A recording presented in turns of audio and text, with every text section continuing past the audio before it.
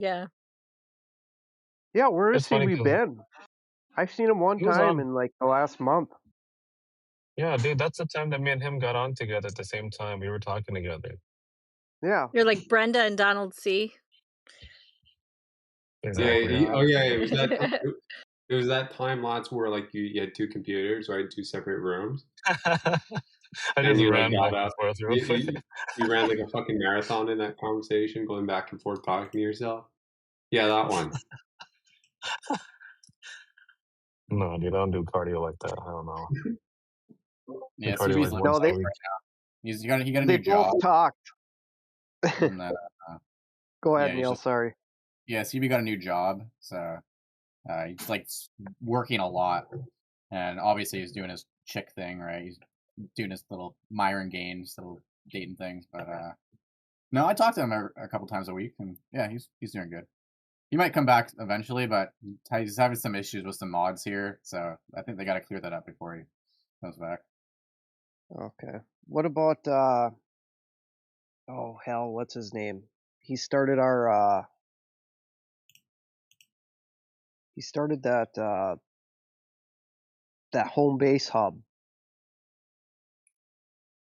You know what I'm Oh, talking Miggy, about? Miggy, Yeah, Miggy. Miggy. yeah, he's on TikTok, bro. Dude, he's TikTok famous. Oh, is he really? Yeah, dude, he makes like thousands of dollars on TikTok. Like, I think he makes like 500 every time he goes live. Like, probably more. Well, when does he go on? He's on right now, probably. Let me see. Let me check. He's not doing any flat Earth content though, right? No, he runs his own promotional channel, so he promotes other people's businesses, and he teaches how to use TikTok. So he's essentially, his whole channel is called TikTok for Beginners. It's a giant like pyramid scheme that he's doing, but he's successful. Okay. It's very positive, and yeah, that's all I'll say. Oh my god.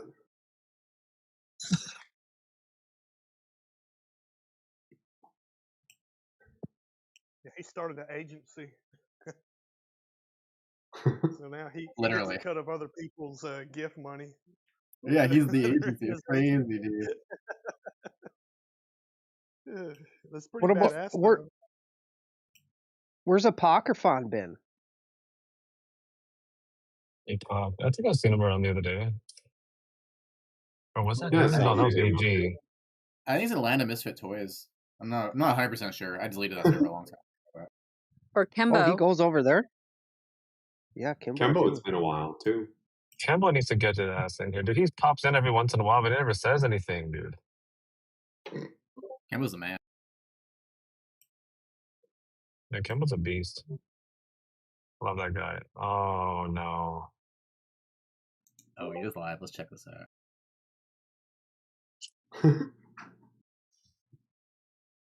Hey, Lats, I was thinking you could do some outreach at your gym with some of those old men that are hitting on you. Oh, no. I don't even want them in here. Well, they'd probably listen to you, you know? They'd be like, "Yeah, yeah, flat Earth sounds really intelligent. Yeah, yeah, I totally agree."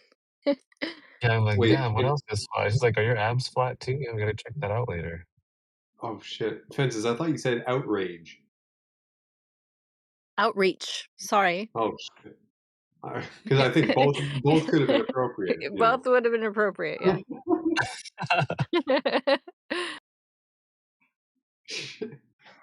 Like, yeah, you can give me a free private flat earth lesson at your house later. Yeah, that sounds great.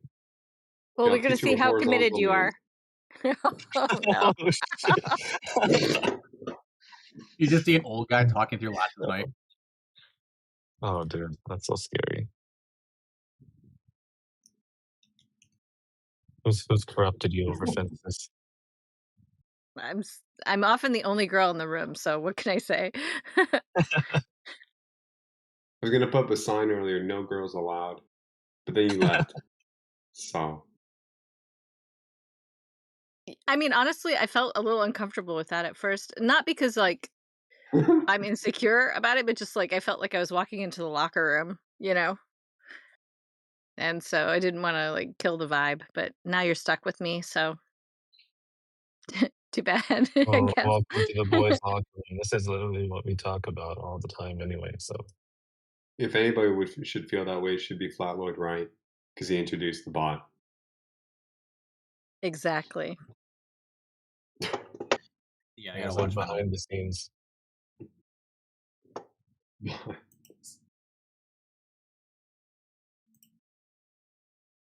Yeah, once So school's done, Flat Load, you gotta get back in here too, dude. What the fuck you doing? Yeah, get out of your so dumb Lexus, you stupid rich guy. So DJ, I wanted to ask you about your video. It looks like you are, getting some traction with it. You had some good comments and such for being so Um, new. yeah, it's already got one of those notices under it that's like flat Earth is in a cake, blah blah blah. So it's got the notice Oh, on it. So YouTube's already I picked noticed up that that. it's to be probably to be shadow banned. So yeah, it's not getting many views from YouTube, but it's getting. I've been joining tons of Facebook flat Earth groups and just posting links to it, and that's been flooding some traffic in there.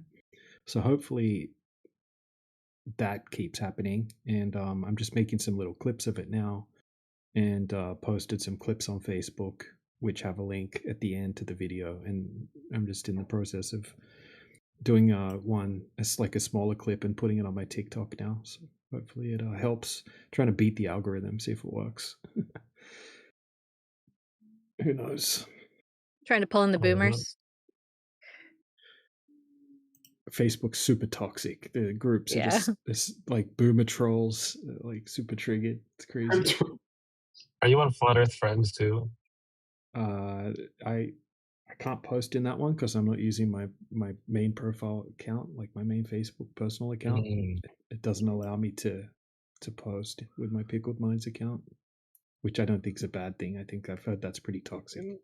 Isn't that one like Yeah, McToon is a moderator or yeah, admin on it? dude, yeah. Yeah, that's so this is like a Flat Earth like hate page, dude. It's like all the it's not Mm. really like a Flat Earth thing. There's like one Dude, specific post that's from on there. I wanted to I post it up on joined your one. website. I joined one that said official Nathan Thompson's official Facebook group or something like that. And then I posted a video on there, and it's just, and then you just get barraged with trolls. There's no flat earthers on there. It's just like it's like a fake Nathan Thompson group. I didn't realize. And then there's like Uh, 50 trolls just attacking you like crazy. But all it did was boost the post, and now the post is like getting pushed to all sorts of other people. So it's backfiring on them. I keep telling them to keep commenting their bullshit because it just keeps boosting the post more and more. It's Yeah, kind of no such fun. thing as bad publicity. That's why I'm like, it's actually like a really good thing for us. I mean, QE is losing relevance very quickly, but it's, the more he talks about us, the more attention he points at us. So, you know, bring it. Yeah, he burns a new bridge every day, that guy. Did you guys watch that thingamajig? He's what? What's You that? Oh, know, what? Yeah, I you know totally the did. thing. I watched it yesterday. I watched it the day before. You know the thing there? Yeah, I know the thing. No, his This last guy. roast. His last roast video. I don't know. He's live right now roasting on this channel. Oh fuck. Okay. Yeah, it's ridiculous, man. He's like obsessed. Wait, Kiwi is? He's Kiwi, roasting us like as we speak. Yeah, yeah, I can join right now if I want and Oh, talk shit. that's all he does. That's all he does now. He's just troll other flat earthers. He's just a troll now, oh my gosh. hostile troll. Well, to be Does he ever fair, get Glombers on him? he's been a hostile troll for a while. Yeah, it's all he's ever been, I guess. Really. Here, I'm gonna post this in the side chat here. If anybody wants to go through this list, you're more than welcome. It's from the Facebook group, Flat Earth Friends. It's titled 10 Things That Work on a Globe, Not a Flat Earth. Or not Oh, on a Flat Earth. here comes number 2. Jesus. Sorry, I meant the bot. Oh, you're good, dude.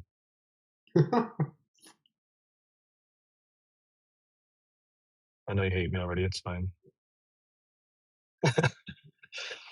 Alrighty, let's see. These are all so bad. Oh, I know.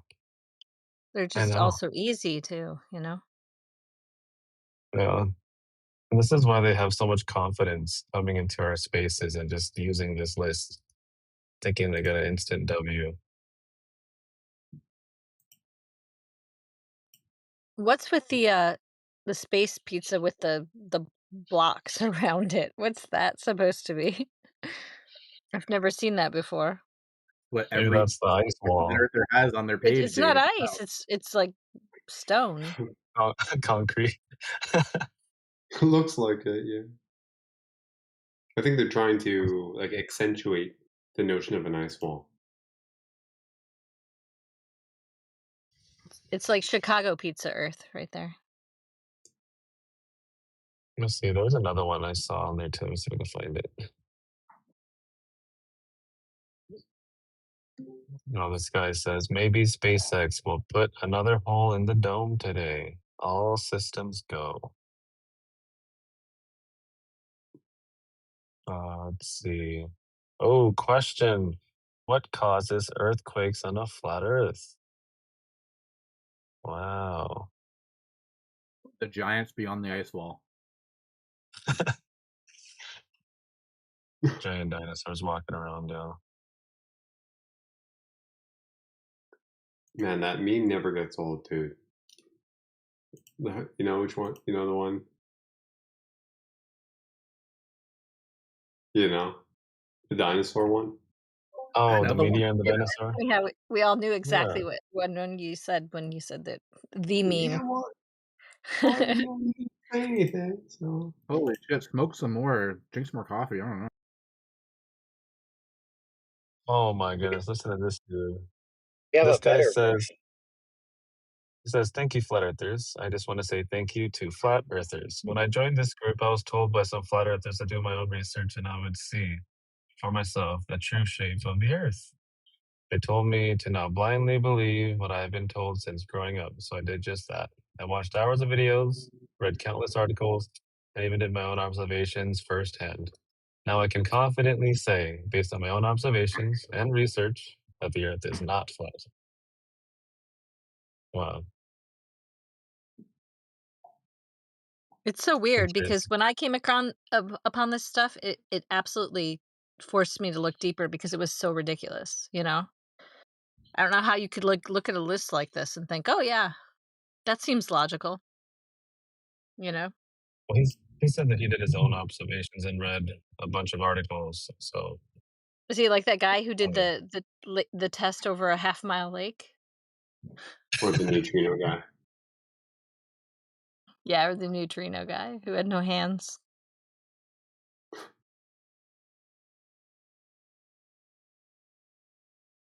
Hey, AI, are you can you get on mic? I wanted to ask you something. uh-oh. The lady has Are we spoken. Very good. are What? we are we able to are we able to remove the bot from the room?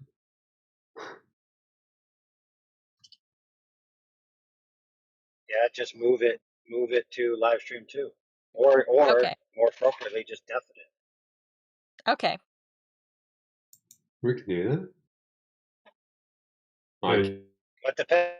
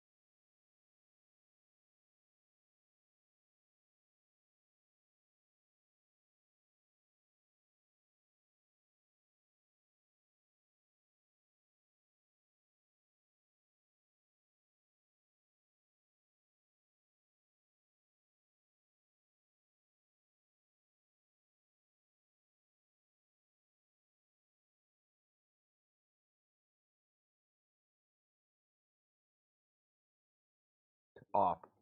Right, my point exactly. 2 orders You of could not magnitude. ascribe that to atmospheric refraction or anything like that. It has to be because it's so far off that it cannot be, oh, the wind blew. Well, I mean, it would be very odd that not only because they actually did these tests 3 weeks apart, so it would be very, very fucking odd. And they had meteorological stations that not only did they not measure the frickin' weather condition with 2 meteorological stations at the endpoints, 3 weeks apart, and they had the identical magical weather conditions 3 weeks apart that let them frickin' see a globe. Yeah. I'll post in the chat. I'm on your side. Well, I mean, it'd be very fucking odd they did it again 3 weeks later. I think the ideal version would be if the temperature of the water and the temperature of the air were the same magically on one day. That's the day you take the measurement. That's most clear. So you don't have that distortion of the temperature difference above the surface of the water across a lake or something like that. I think that's the ideal. That's just one of many. I mean, we got Salt Lake one. We got frickin' Salt Lake on the land, on the water. Like every way you can frickin' slice it, it's been done. I agree. But some people still can't see it. They don't want to see it. They want to argue with you. The Salt Lake one that DJ shows all the time is pretty cuckoo. You can see 21 miles to the other shoreline, and at that night they went and they shot the laser across the same distance, 21 kilometers. And not only do you see the laser, you see the reflection of the laser off the water, which oh shit, that's impossible. Indio is bouncing the laser back to the original observer. Is that the way to prove it even more? No. Check it out. If the laser is supposed to be behind the curve, right, on the other side of the curve, how could you ever see the reflection of the laser off the water? They're always trying to hit a target across. Think about it. Hold on, dude. Think about what I'm saying for a second. You got a hill. How can you see the reflection off the laser when the only place the laser can bounce off is the other side of the hill?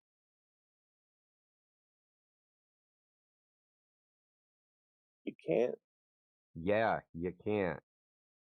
But we do. I want one of those lasers. Would it be a good proof if you shined a laser across the lake and had it bounce back across the same lake to you? They did a triple mirror flash at the Salton Sea, where they made basically a giant frickin' triangle, right? So one mirror operator could see 2 other mirrors at the same time, and each point of that triangle, each person could see the other 2 mirrors, which are also see like 128 feet under the curve of the Earth. So that reminds me of the Michelson-Morley experiment a little bit. Just wondering, did they have multiple vertical arrays recording temperature along the entire path of the laser? Why would they need to do that, dude? What do you mean, why would they need to do that? Yeah, I'm asking why you're asking refraction, me. Because that's a red herring. So I guess the military can't use line of sight anymore.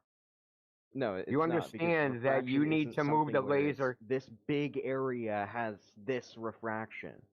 Yeah, but you need to. Yeah, that's a cool story, but no one's ever demonstrated that this type of refraction actually exists. Okay. Hypothetically, because I already told you that the drop was supposed to be 127 meters. Now, if you use the standard refraction calculation, that only moves the laser down 5 meters. So now you have 122 meters to make up. So you would need some crazy, abnormal day, not only just once, and not at just one distance, at 7 different distances, with 3 tests done 1 week, and two more tests done 3 weeks later. In the same crazy refractive condition, a 20 times deflection refraction condition that makes the Earth looks like it has a radius of 65,000 miles. That would have to exist. Yeah, he'll cherry By random, 2 weeks apart, and it didn't show up on their meteorological station somehow. He will cherry pick an example that says, "Oh, look, the math matches up for me right now." No, I'm not cherry picking. It's people that know what the hell they're doing. You can't just say the magic word refraction. You need to justify how it even applies. You need to actually justify using it. Refraction applies to everything that you do in the atmosphere. Yeah, that's your claim, dude. That's not a justification. So refraction applies if when I I drop want a to fly bowling a plane. ball off a cliff, and I say, "Hey, dude, that's fell at 10 meters per second squared," and you say refraction, and I go, "Dude, you need to justify why refraction affects a bowling ball," and you're like, "Refraction applies to everything." Refraction applies to light, not solid objects. So you understand now why your observation. Why does it apply to light in this case? Because you're over water. Oh, okay. So water causes refraction? Yeah, there's a higher refractive index over water. Okay. Why? That's not how it works. You don't know what you're talking about. Nothing to do with temperature variations. Yeah. Yeah, that's what it is. It's the variation because the water is there. Because the water's there, that makes the light. Yeah, so let's get this straight. There's a difference in Grumman, temperature slow down. between You're the going to air fry and your the brain. water. Grumman, Yeah, we know silence. they measured it. Bro. So let me get this straight. When we go to the salt flats, there's zero miraging effects because there's zero water. No. I said so it's not water of this cause and effect relationship. Boom. I said there is a more. Look, brother. By what difference? You would need the water in the air to have a 70-degree temperature difference. What do you think that the temperature difference between the air in the atmosphere and water that's like hold up in the Gulf of Mexico? That's what causes all right, are you cocked or something, dude? You drinking, brother? The temperature difference between the air and the atmosphere? Really? Between the water and the air will cause a temperature gradient, right? And that temperature gradient, which causes the refractive index gradient, which in turn would cause the bending of light. Now, to bend light, the amount you need it to bend, you would need a 70-degree temperature difference in 1 meter, which is unphysical and has never been seen on the fucking Earth. Yeah, and I'm not saying that that's what it is. But that's what it would have to be. Oh my god. Not what I'm saying it is. But that's what it would have to be to get this result. As you've said, the temperature gradient changes per meter. Yeah, great. Like 1 degree, a half a degree. Yeah, that's why I'm saying that you need something to measure the temperature across the entire track of the laser. No, we don't. Half a degree, yes, because that half of a degree No, you don't. matters. There goes line of sight for the military again. Yeah. So, hey, Grumman, check it out.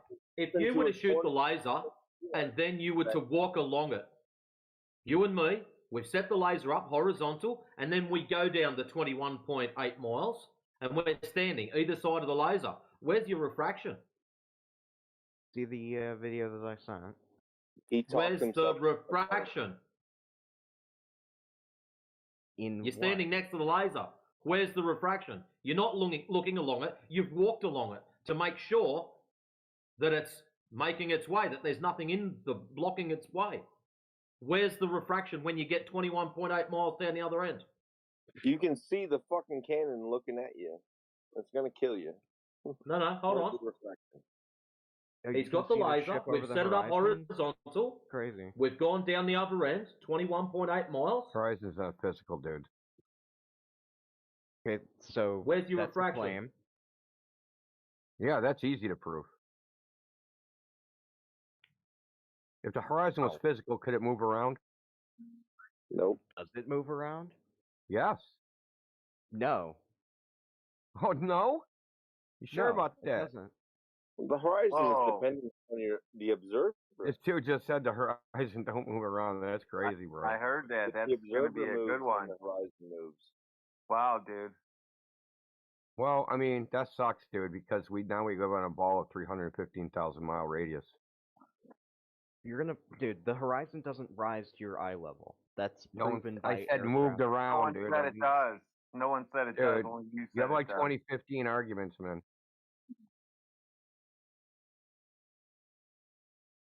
In what way do you mean the horizon moves? It'll appear at one distance one day and another distance the other day. In fact, it'll appear at different distances within hours. During the same day, yeah, a couple different times. Visibility. So in the that's called Dude. refraction. That's so it's not something that we've physical. brought up. No, So it isn't. you've just It's claimed the light from it you've is just being shot yourself refracted down, differently. Grumman. The horizon is not physical; it is now refracted. So you've just sold away any opportunity if you thought get you had high of enough that proving refraction Earth isn't curvature. an issue, the horizon will not move. The based horizon on is distance. non-existent if you beg for refraction, you knuckle dragger. And now you're right. contradicting NASA because NASA says the higher you get in altitude, the less defined the horizon becomes. NASA's No, retarded the and a liar. more defined the curve becomes. Yeah, where'd you read about that? Wow, he just says anything, doesn't he? Dude, you're just a Where did you freaking. read about that? No, dude, it's stuff that I've seen. It's a published NASA 'cause I've paper, been by the in way. airplanes before. Oh, did you airplane. see the curve of the Earth from an airplane? You gonna tell us that That's now? what he said. He said, yeah. He said out the cockpit window, you can just see this big curve. And so that means we live on like a 500-mile radius Earth. No, Well, that's crazy because in the chat I was supposed to have 315,000-mile radius Earth. Yeah, I've never heard. No, that curve is exactly what's expected to be seen if you run it through. There's no curve from an airplane. Yes, no there curve. is. No, Yes, there isn't. indeed. Show us. Yes, there is. No, there Okay, isn't. so you disagree not only with geometry, but every other freaking person that's ever talked about it. Every other scientist, every other optical scientist, every other fucking person. Who? Hundreds of thousands of pilots. You realize the Earth is supposed to have a diameter of 8,000 miles, and you're saying being 10 miles above it, you can see the curvature of the Earth. 10 miles above an 8,000 mile diameter ball. Yes. Think about what you're saying. You're 1/800th above the surface. Yes. Indio. There are people Isn't that the can radius 3,900. There are people. There are. Indio. If you had a ball. Okay, 3,000 Iron Dude, you're a people fucking have cock or spoken. something. You're just saying random shit, man.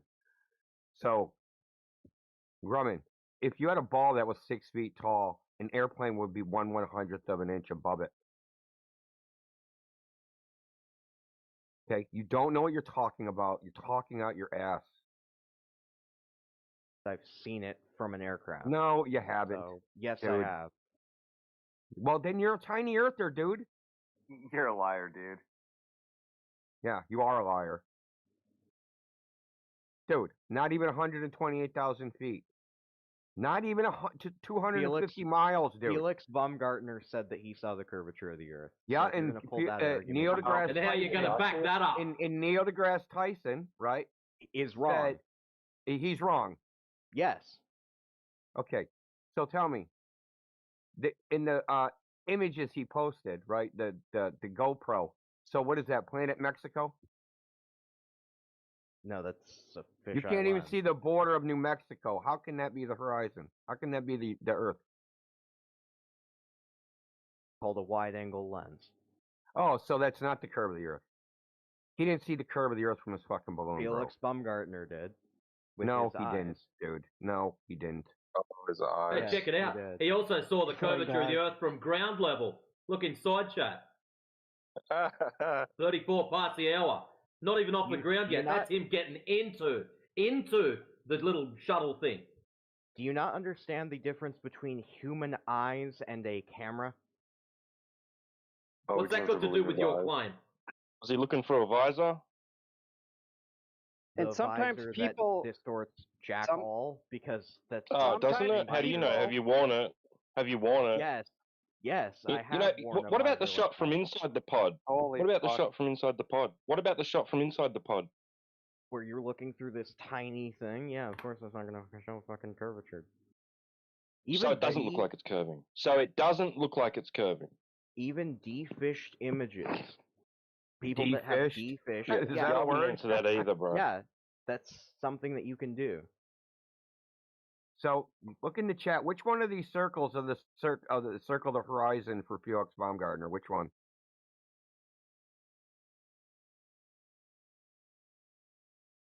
Play the wider one. Which of these circles? It's the fucking yellow one, dude. The yellow one. In the center. The yellow one is the complete, if you could see 360 degrees, his horizon. The biggest circle would be the ISS horizon. The ISS would only see 3% of the Earth. Now, you're trying to tell us that seeing 1,000th of the fucking Earth, you can see the curve. Get the fuck out of here, bro. 1,000th of the Earth, dude. Why don't you It's ask probably less Felix than 1,000. Baumgartner yourself? Oh wait, you can't because he's fucking dead. Yeah. So what are you well, trying to push his claims for him then? Because he's fucking dead.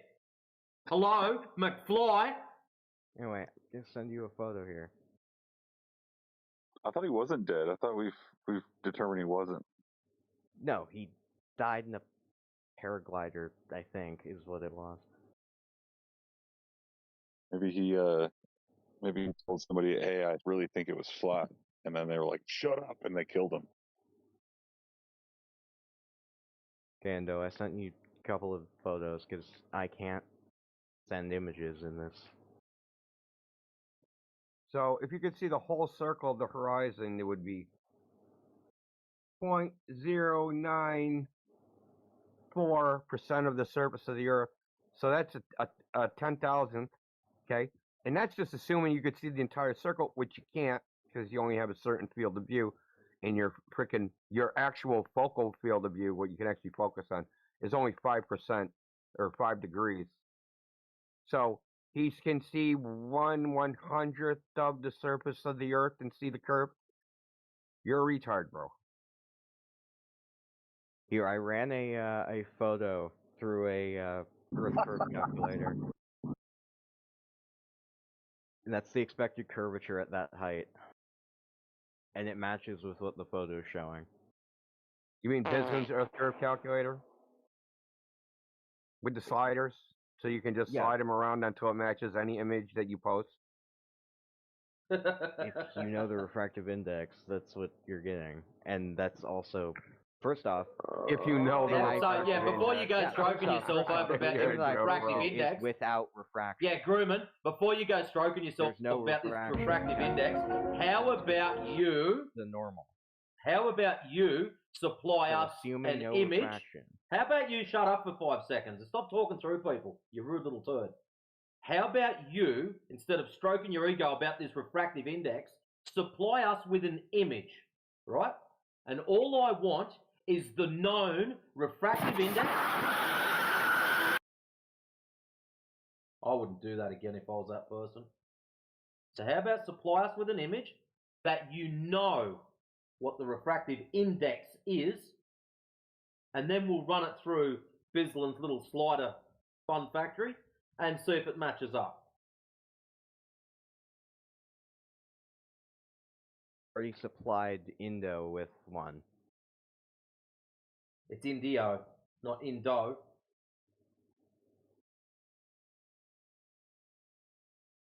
Way, supplied him with one. If he wants to send it. So you supplied the refractive index yeah, with I it. see it. Hold on. If he's laughing, this is going to be good. Yeah. Then there's horizon out at eye level at Rainier. Yeah, but you got horizon eye level at Baumgartner. How's that possible? And the horizon should never be at eye level unless your face is on the ground. the level of your eye. I'm looking at photos here with a theodolite app that show in an airplane the horizon is not at eye level. Planes fly tilted We up, know. you nitwit. Out the side, they fly tilted, banked over? Well, I don't know if it was banked in that instance. Well, because the photo that I'm looking at is out the side window. Yeah, that's fantastic. Oh, if you want to try the excuse of it's tilted, you would. It is. You'd It have is to be tilted. banked Go get the over. negative degrees, dude. Oh You know man, how one of bro. this freaking thing works? You know how a plane works? They're pitched up. Pitch and roll are different. They're pitched. Yeah, I know. It's -3 degrees on one side and -0.3 degrees on one side and -0.5 on the other. Do you see it?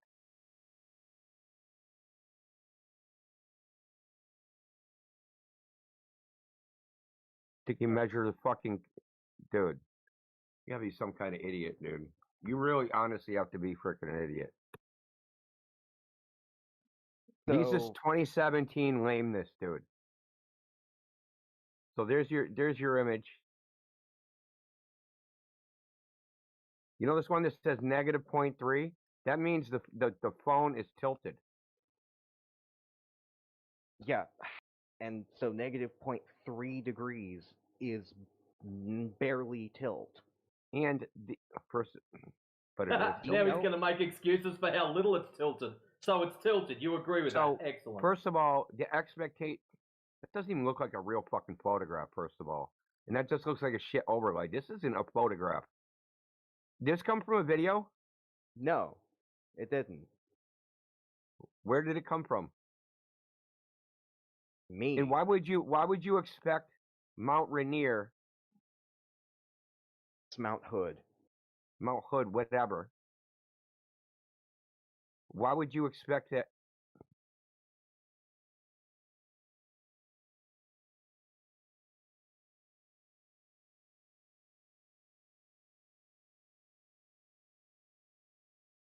You know he's tilted up, right? By 0.03 degrees. Yeah, but he's 5,000. He's at 5,000 feet, and if Mount Hood is higher than he is, he's gonna have to be tilted back. He should have to be tilting down. Because I don't know how far away he is, right? Because yeah, what's the distance? How far away is to the mountain from that observation?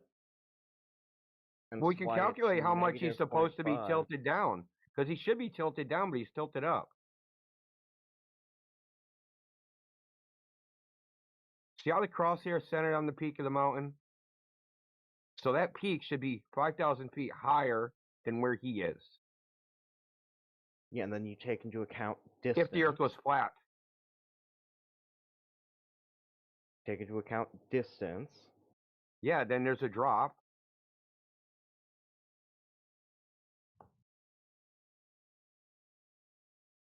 If we only knew the distance. What is the distance?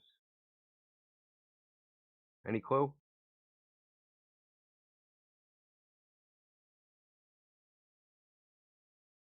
And where did he get his altitude from?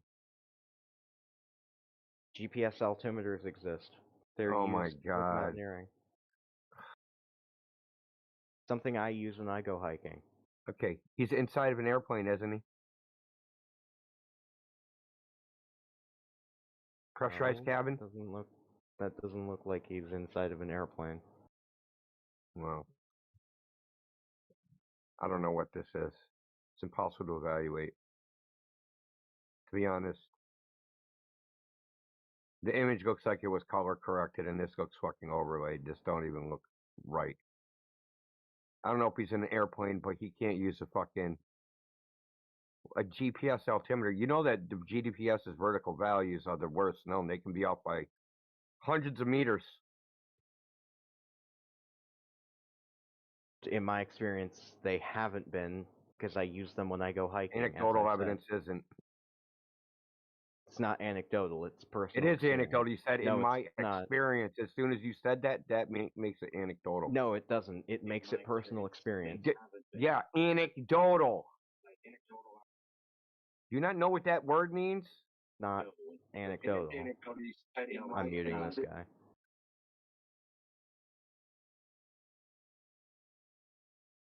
These are apps that you can download on your phone. They're theodolite apps. Don't mute Indio or you'll be banned.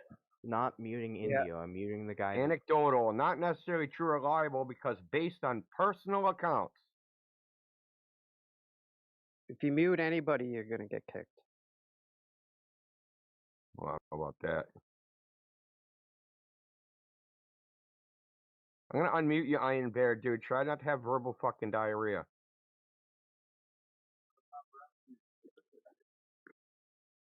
I was Iron Bear. never trying to diarrhea anybody. Just he played this Oh, game. you're just on like you're not following the conversation. You're just interjecting random shit, dude. Try to follow along. What's up, Casey?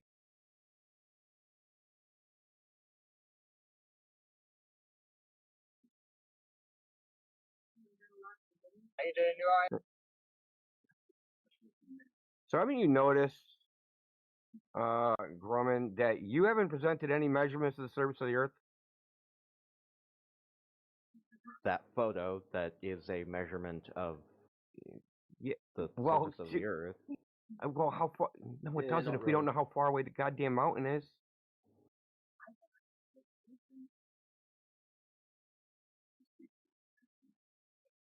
See, if we know how far away the mountain is, and we knew his elevation, we could calculate how much he's supposed to dip down because of the curve of the Earth. For some reason, he's tilted up.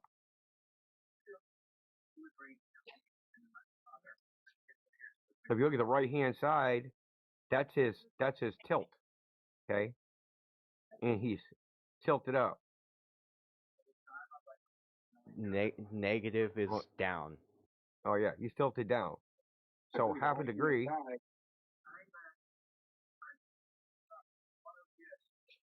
Half a degree over 30 miles half a degree, is a long way. Half a degree would be 0.5. That's 0.05. Over 30 miles?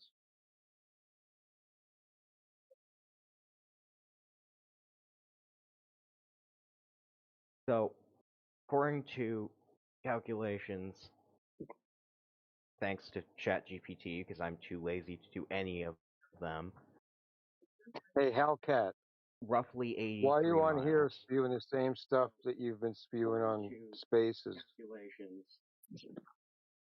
Thanks to ChatGPT, because I'm too lazy. Also, I love that Platter posted that photo.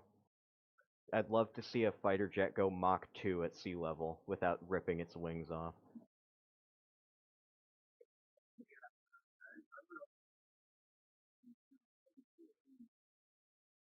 Like at sea level, like on the sea level, or like 10 meters above? Or... How much do you think the air pressure changes? To be a boat? You want it to hit the water at sea level? Photo that he's showing, it's basically skimming the waves.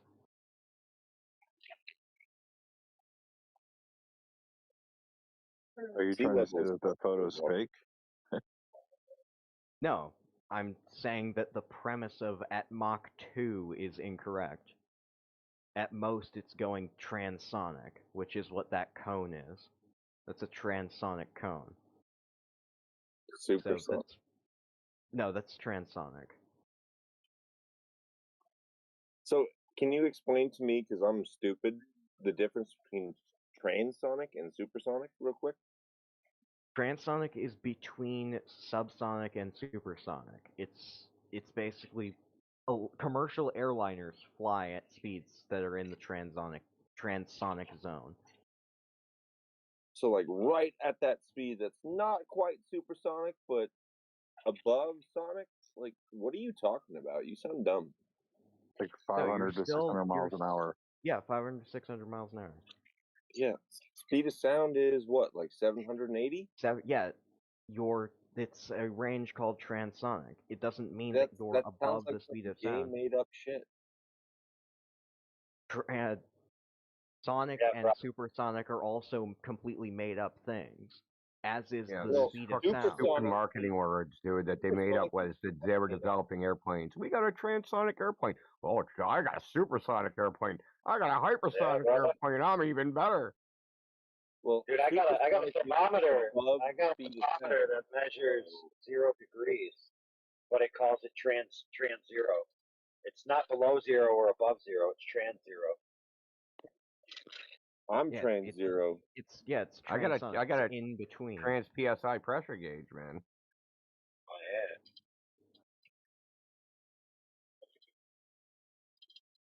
yeah. How are you Grumman boy. anything if Grumman you're still boy, not can you say something interesting so we don't have to listen to buzzwords? This is made up bullshit. This is aerodynamic. This is basic airplane stuff. Yeah, basic airplane stuff. Typically between Mach 0.8 and 1.2, or transonic flow is seen. Oh, I get it. You're trying to say that a plane can fly subsonic and supersonic, so it can transition between supersonic and subsonic flight? Is that what you're saying? Transonic is that transition. Oh, okay, cool story. How is this relevant to anything we're talking about? Not. All right, thanks. Then quit picking at it. Yeah, I want to actually hear a conversation that progresses somewhere. Any plane that can fly supersonic speeds can also fly at subsonic speeds. Holy So fuck, get muted, dude. Yeah. How about that? Fucking warned them, dude. Were you in here when I just warned him? I just unmuted him. Yeah. Yeah. Fuck, dude. Dude's on his own shit, man.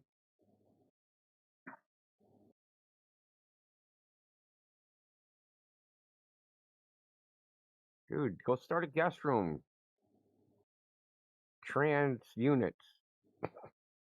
Okay, Might here get we a go. different crowd than what you're expecting, but Based off his picture with his coordinates at the top of it, your mountain from where that was taken, you're looking at 83.32 miles. All right. Yeah, buddy. Let's say the horizon is below, like perfect level line from the midline of your vision. Let's say that's true. Whoopie frick.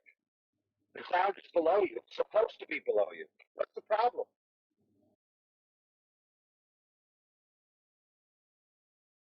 Now let me put this in a logic form so you can understand. All right. The ground below you is below you. Therefore, it's below you. Follow that? Very simple.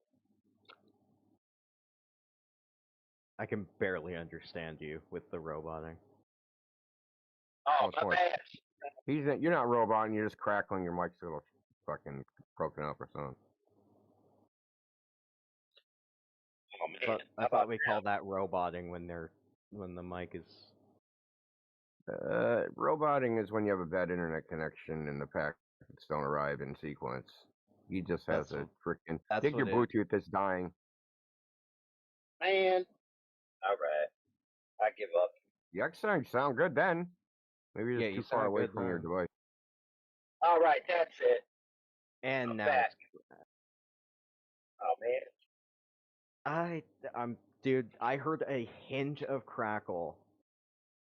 And sorry, my ears are sensitive to stuff like that. I did orchestra and that for like 4 That's years. great, dude. All I need to know is if I'm wasting my time talking. I wouldn't say you're wasting your time, but you might want to get. Am I trans crackle? Yeah, you're crackling on some things, and then you're transitioning to no crackle. Yeah. All right. I'll say this one more time, dude. The horizon is where the sky appears to meet the ground. The ground is below you, in case you didn't know that. So, at all times, the horizon's below you. I mean, I don't understand what the problem is.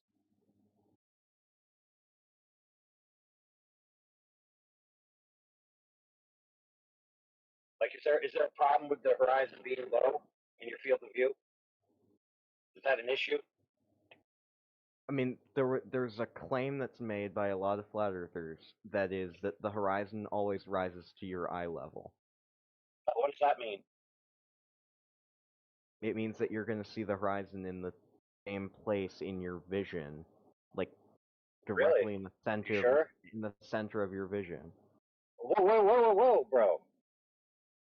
Rises to and in the center of don't jive. So, for example, if I say I'm going to the store, I've not yet arrived at the store. If I say I'm in the center of the store, I'm in the store. So maybe it's a language problem.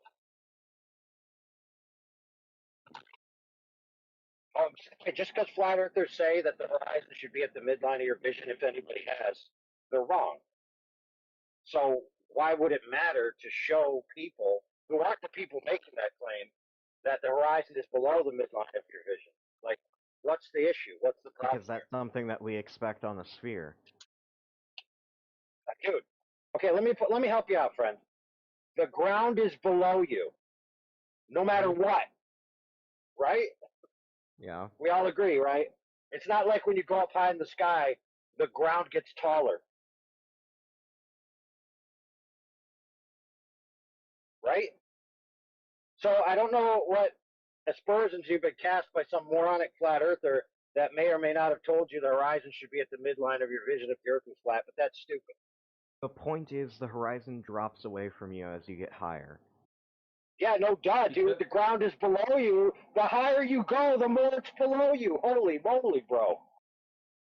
Duh. So there's something physical about the horizon. Holy crap, one more time for the slow kids in the back. The horizon is where the surface of the earth appears to meet the sky. So yeah, there's some part of it that's the ground, and the ground is below you all the time. Unless you're at the base of a mountain, I guess. But if you get higher, then it's going to get lower. What's the issue? So the horizon is a physical thing. Holy crap, dude. Painful.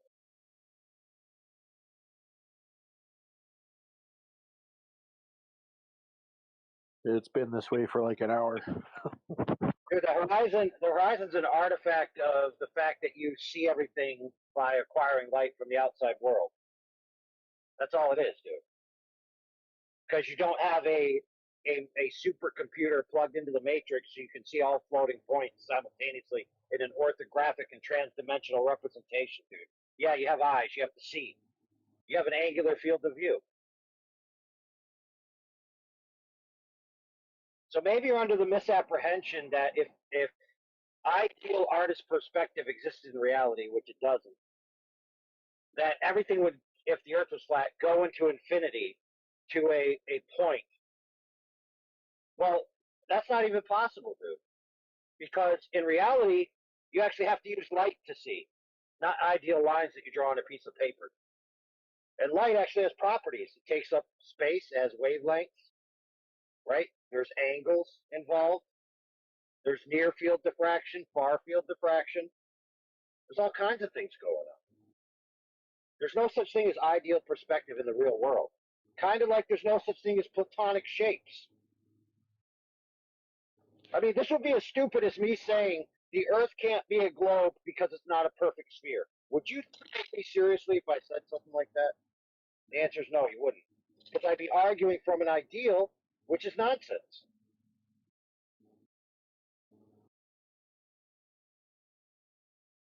I mean, if you want to say the Earth can't be flat because it's not an ideal form represented in artist perspective, I mean, I don't know what to do here.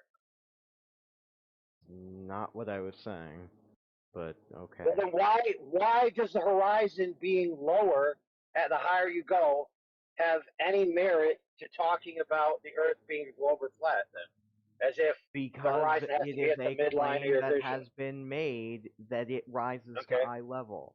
Okay, fair. Okay, so it's a bunk claim. It's a stupid claim. Do we both agree? Yeah, we both agree. Yes. Okay, perfect. So now that we know it doesn't prove the Earth's not flat, what do you do?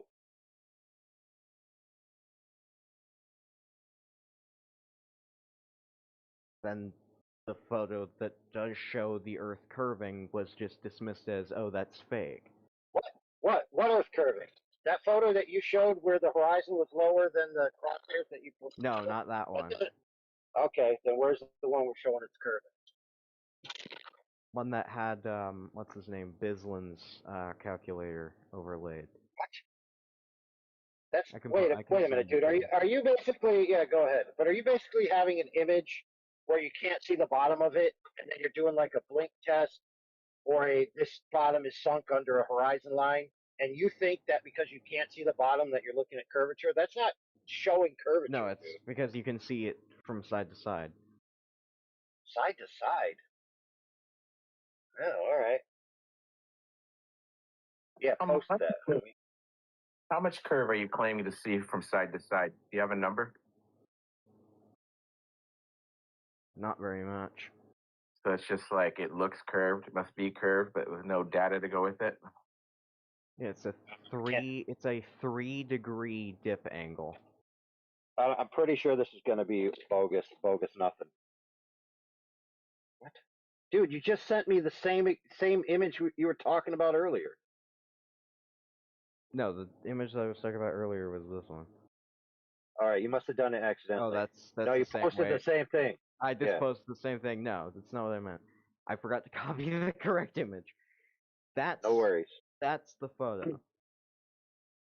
Holy crap, dude! That's not a photo. Are you telling me this is an overlay on an actual photo? Yeah, the second one that I posted is an overlay. The first one is a photo taken with an app that does the overlay. Holy crap.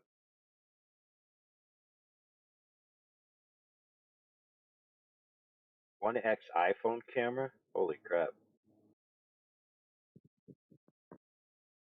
You think an iPhone doesn't have barrel distortion because you just put non-fisheye? What barrel does an iPhone camera have? Dude.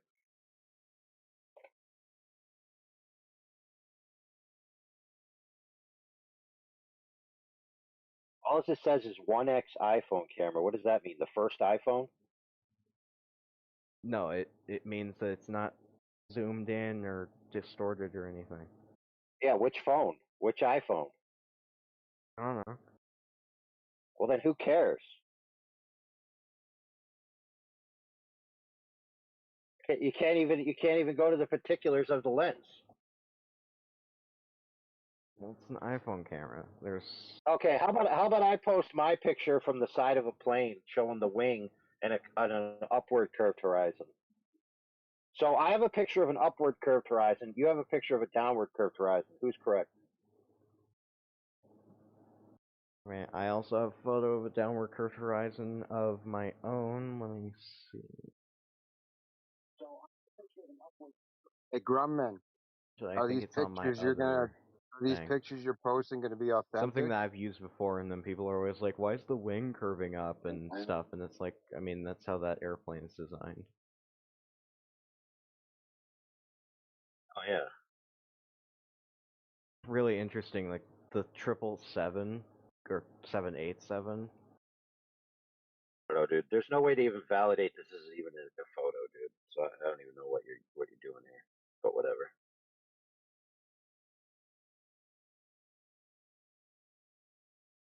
I will save it. Let me save it here.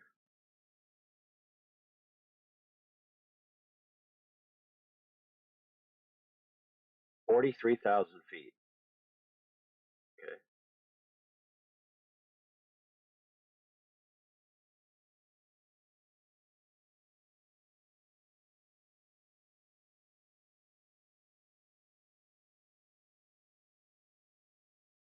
Oh, at 43,000 feet, the distance to the horizon is a certain distance, right? Whatever it is, correct? Let's just call it one horizon distance. Okay, makes sense. Now, if you're on a ball and the horizon's a curve, then that means the horizon is the same distance 360 degrees around you, correct? Not only that, but it's the same angle. From your altitude down, it's the same angle, 360 degrees around. So it's the same angle and the same distance. So where's the curvature information coming from to be rendered in the image?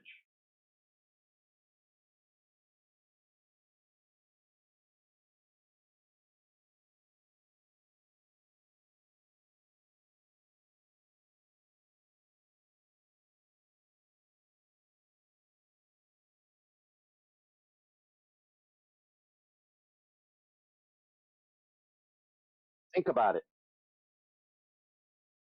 In order for that curved line in your image to be the curve of the Earth, then the left and right have to be either a further distance or a shorter distance, or a bigger angle or a lesser angle. So that would mean that what you're looking at is changing distances and changing angles. How's that happening if the Earth's a ball?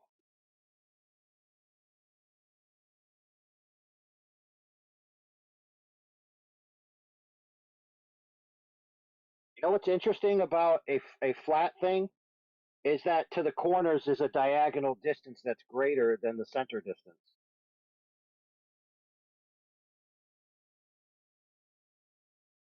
You can't get that on a sphere, dude. So we got a problem here.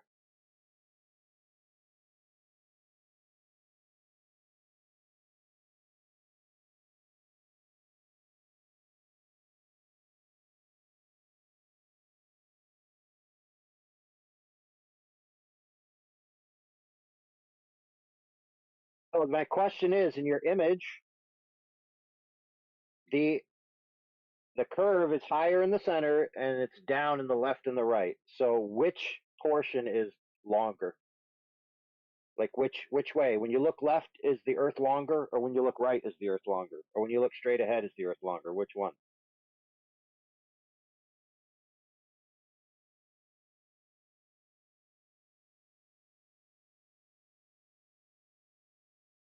I would say left or right.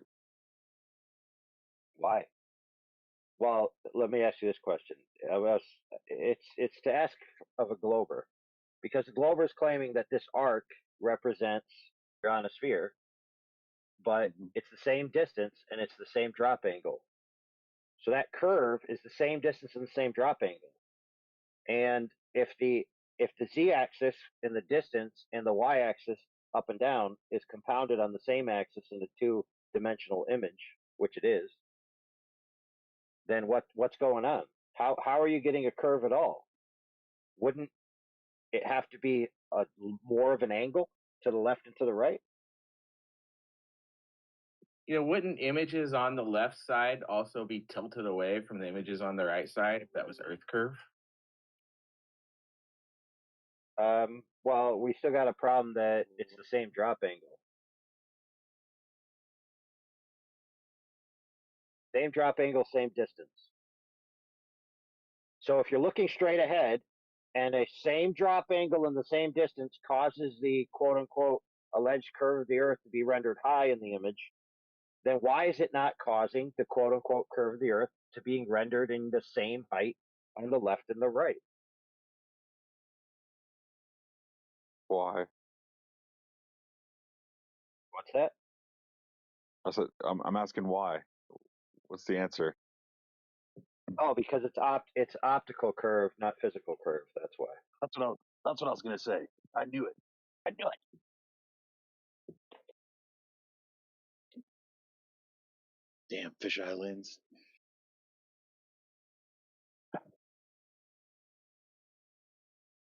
I bet the CIA invented the fisheye lens too. But if you're above the Earth and the horizon is a circle, okay, that circle, the bounds of that circle is the same distance, same radius all the way around you, and the same drop angle. So if a portion of it's coming in at you and it renders at a certain height in your field of view, then the rest should as well, because it's the same.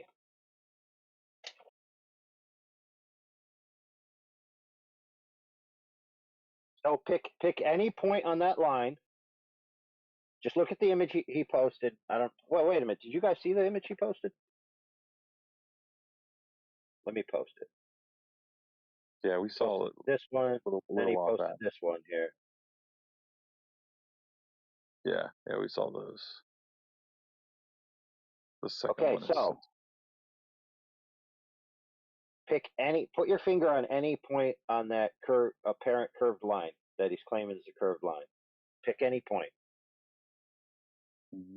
Put your finger there. Once you got it locked in, tell me what the distance of the drop angle is.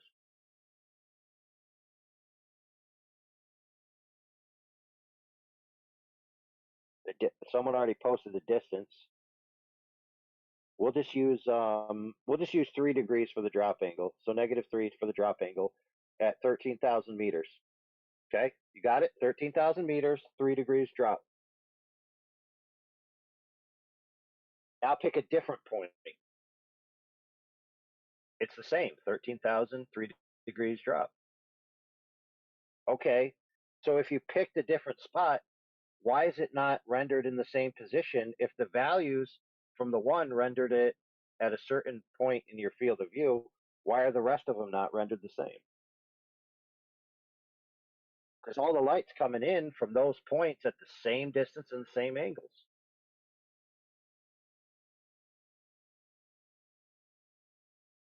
You know, there's a thing out there that people think there's distortion-free lenses, and that's not true.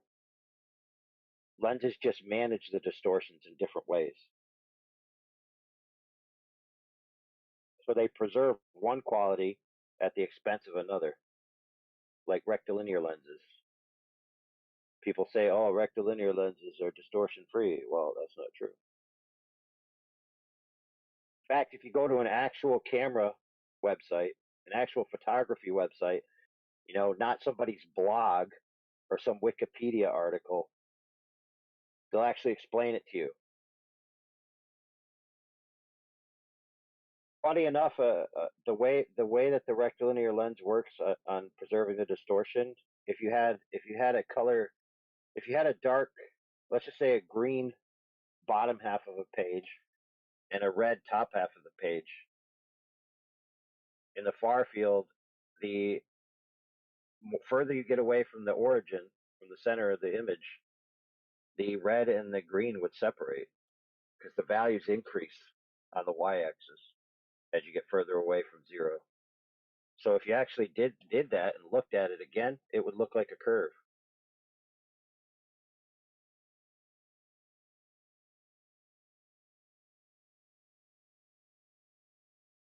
Kind of weird like that. So in other words, the far left and far right side of the image would look curved.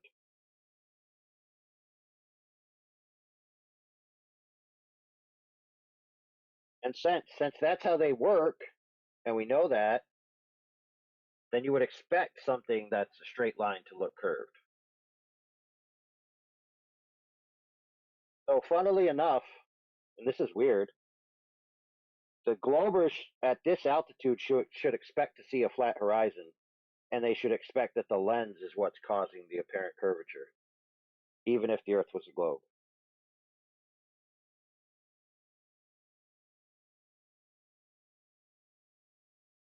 You got to get a lot further away from the surface for those angular relationships to change to where you're going to have discernible curvature information.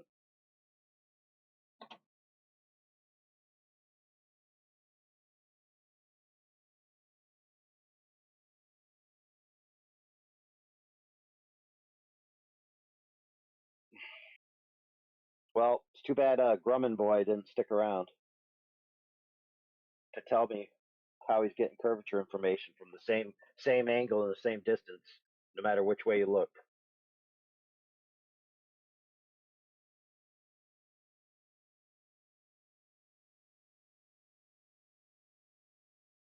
All right, friends, go back to that image where you put your finger. Now, if you spin your head, what's happening over on the left is all of a sudden going to be in the center of the vision. It's going to be high in the frame again. What caused what's on the left to come up high in the frame? If it already was at the same drop angle and the same distance, what changed? Very interesting, huh?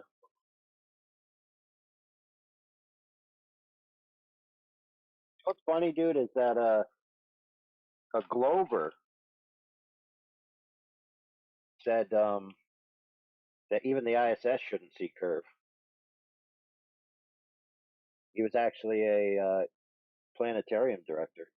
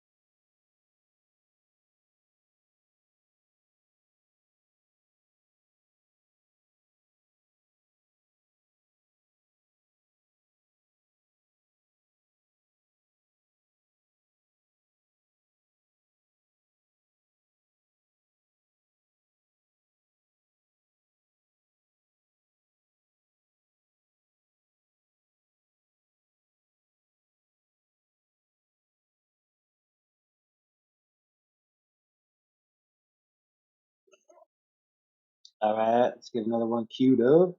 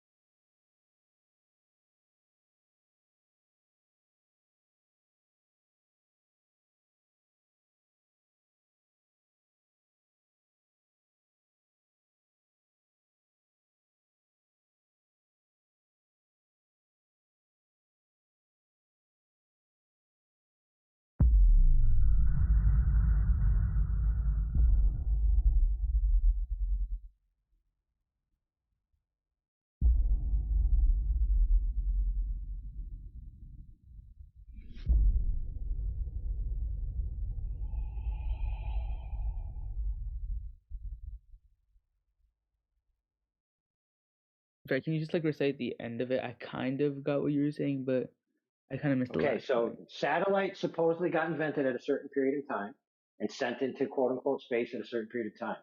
But there are actually recordings of quote unquote satellites seen well before that ever happened. So how do you explain that?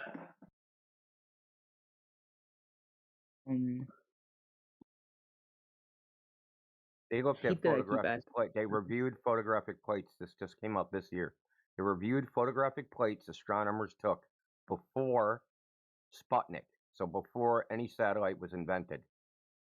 And what they noticed was they saw transients that looked like orbiting satellites, and then they looked at a bunch of more photographic plates and said, hold on, it looks like this thing's orbiting the Earth. Well, there was no satellites. They weren't invented yet.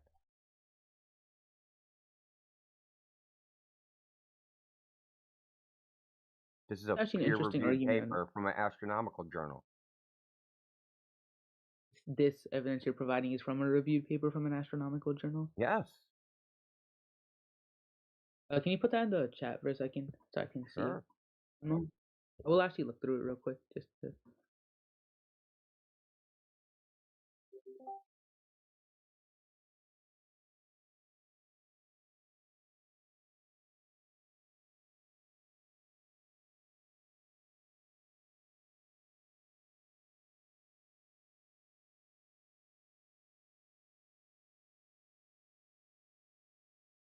Right. So what's often posited is, of course, satellites are real. Don't you see that thing streaking across the sky?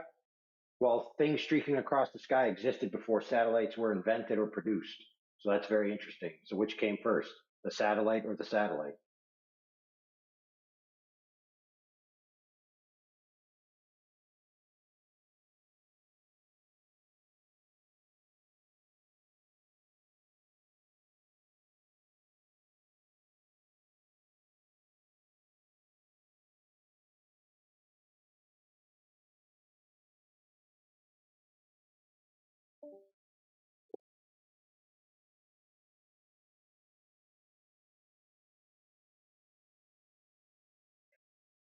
Yeah, and all of this, well, fascinating, still doesn't give me any response, which I asked you for quite some time ago, for the missing curvature of the Earth, because you said you'd never heard of long distance observations or laser tests and how they demonstrate that the Earth is not curved. So, what's your response to that?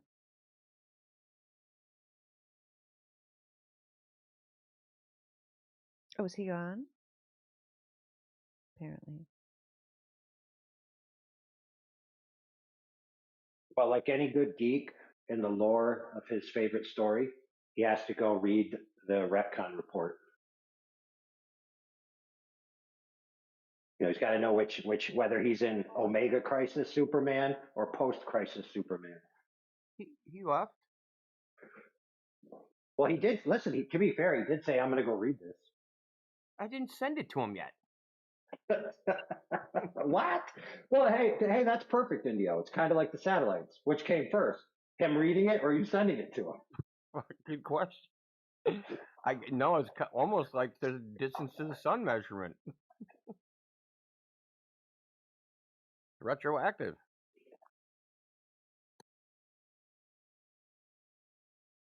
We see the sun. How long did it take? 8 minutes. How do you know that? Because it's 93 million miles away. How do you know that? Because the light took 8 minutes. Now, his gambit into this was Dandelion was basically saying the Earth's not curved, and he was like, "Well, the distance to the sun means the Earth's curved." Basically, was his point. My goodness gracious! And I heard you giggling. Well, yeah, because he kept saying, yeah, they were controlled experiments. Yeah. They were showing him that. Yep. The distance of the sun. It was a controlled experiment. Yeah, so many problems. Listen, we do peer review here. For example, Dandelion, you know, she's a nice person, and you know, Indio, he's pretty cool. See, I reviewed my peers. Why didn't you call me a nice person? Well, because nice is an insult to a guy. Yeah, true. Just being pretty Kind. for a girl. No, it's okay for women to be nice. No, I said pretty cool. You said I was pretty cool and that she was nice. So if you call her cool, is that bad?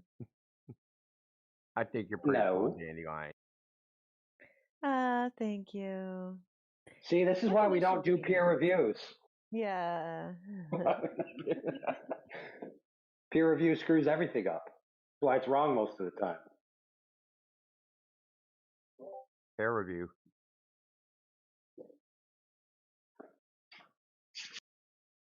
How did we all end up in here?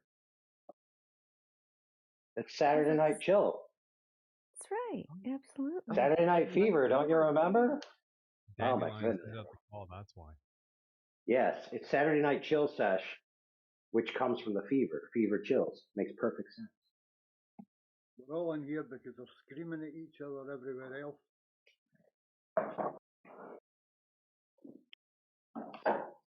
We got a bunch of Germans in the other channel, so everyone's like, fuck that. Almost as bad as the Indians.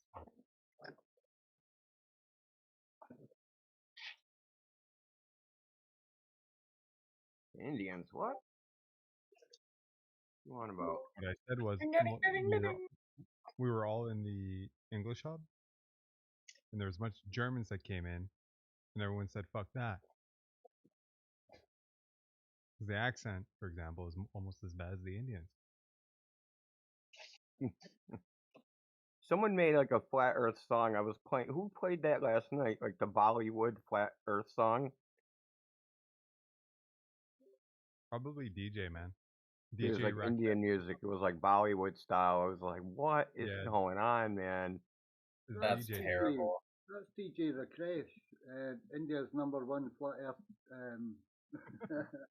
pop star. DJ Rakesh.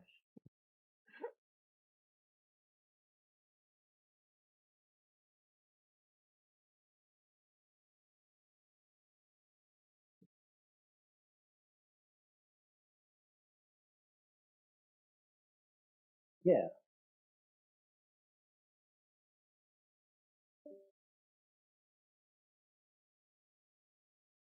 Yeah, let's see. My name is DJ Rakesh, and I must confess that the peer-reviewed situation is quite a mess. So when you're looking for a report to use as your retort, just give me your credit card number and I'll put you on hold.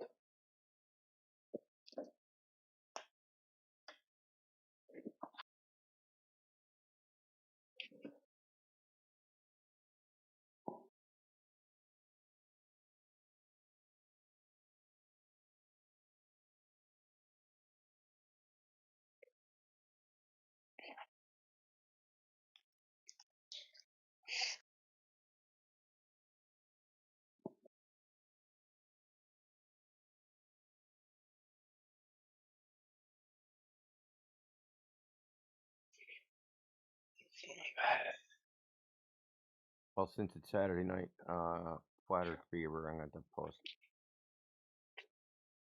post an appropriate meme.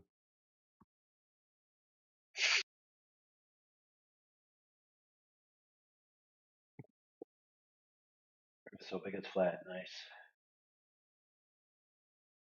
Now you just need one where he's looking up at the disco ball, saying, "Aha! Look, the floor is a globe." It also has little squares. Jed comes in here like once, and he comes in here all the time and posts like some version of that. It's just kind of funny. I think it's hilarious. Dude, if see the same Chad that always posts that zombie with the face falling off. I don't know. You know what I'm talking about though, right? Yeah. Like Globers be like, and then he posts the zombie. Yeah, he does post that, yeah. I think that might have been from Chud, if you remember Chud back in the day.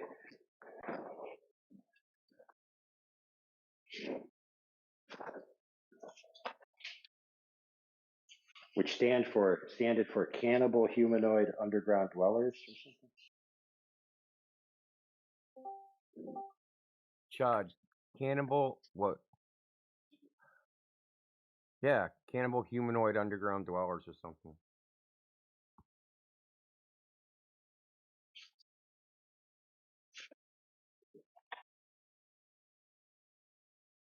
Dude, the one about the killer rats, dude, that movie was crazy because it basically was just talking about New York City, and it's like, wow, this could actually happen.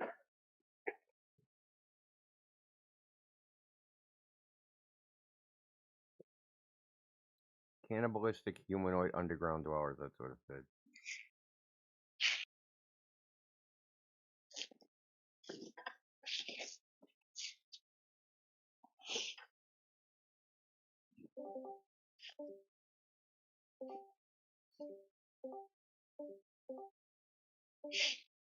Hey, Cat, you can actually stay in the call long enough to be unmuted, dummy. Cat, hold still, bro. We'll unmute you.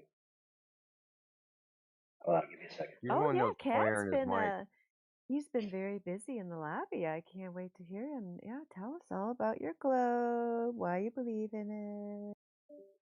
Oh my goodness, he left immediately. He's like, oh no, they're gonna unmute me. I might have to talk. I didn't want them to actually address me. I just wanted to get unmuted so I could sound snipe. Does everyone in here think the Earth is flat, or is it a mix? I don't know. Do you? I think it's round. Oh, so the answer's no. Ah. Tell us all about it, Dylan. What makes you think that it's round? It's a whole bunch of things, really, that all kind of fit together. I studied engineering, so I have a lot of physics background. Oh yeah, and what day in physics class did they present proof of the globe? And please tell us all about it. Well, it has to do with in terms of the physics, like just the whole model, like gravity, the cosmos. There were some things we did, I remember there was a bridge problem. It was just a mathematical thing where you had to include the curvature because of on a very long bridge. But Wow, physics has changed. When I took physics, it was based on empirical evidence, reality, mathematics, things that were actually true. That's very interesting to me that your physics teacher would lead you astray to How long such was that a bridge? degree. Yeah, that's crazy. right, so it's there's a lot of different sort of angles to go from. How do you guys explain the stars spinning around the way that they do? Like the stars circle the Polaris in the northern hemisphere, and they circle It's a hot topic lately. Holy. the Southern Cross in the southern hemisphere. Well, let me help you out, bro. Let me help you out, Dylan. Your first question was how do you explain something that's not the Earth? I just want to, like a phone a friend, preemptively just tell you that when somebody has a counter idea to you and it has a particular that's a glaring particular, like the Earth is flat, the most appropriate question should be, how do you know the Earth's flat? Don't you think?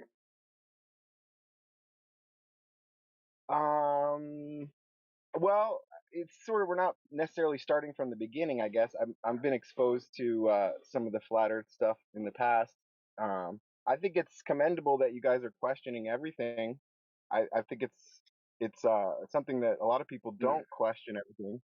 But for me, I was questioning that model like even as a child, and it's just like it fits with everything else. You know, we have GPS, we have latitude and longitude. You can do celestial navigation. That wouldn't work, huh? This shit's just funny, man. Everything you're saying is based upon a misunderstanding about how that shit even works, which is funny to me.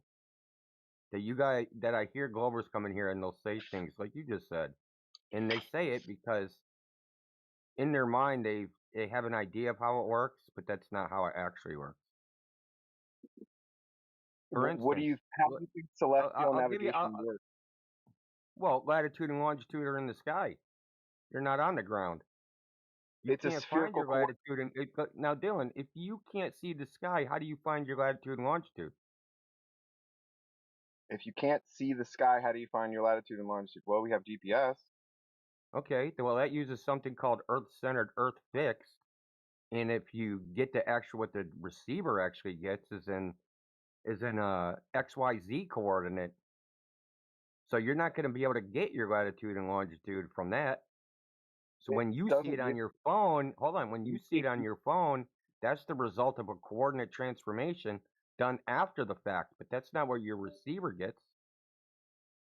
Your receiver doesn't get latitude and longitude coordinates.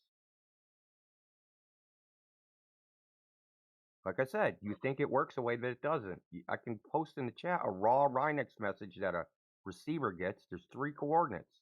I'm pretty sure latitude and longitude are 2 coordinates.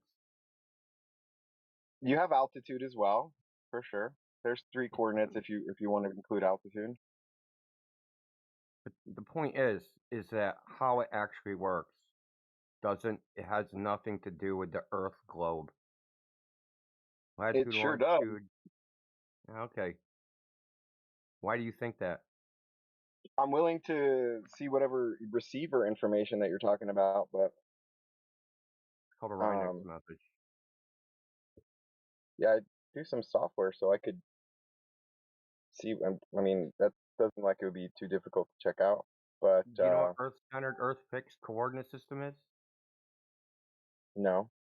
Okay. So GPS uses ECEF, Earth-centered, Earth-fixed. Okay, the coordinates that it finds you. So it's a sphere, but it puts you on a plane on that sphere, a tangent plane. Doesn't find your spherical coordinates. It only puts you on that plane. I'll post a diagram of it.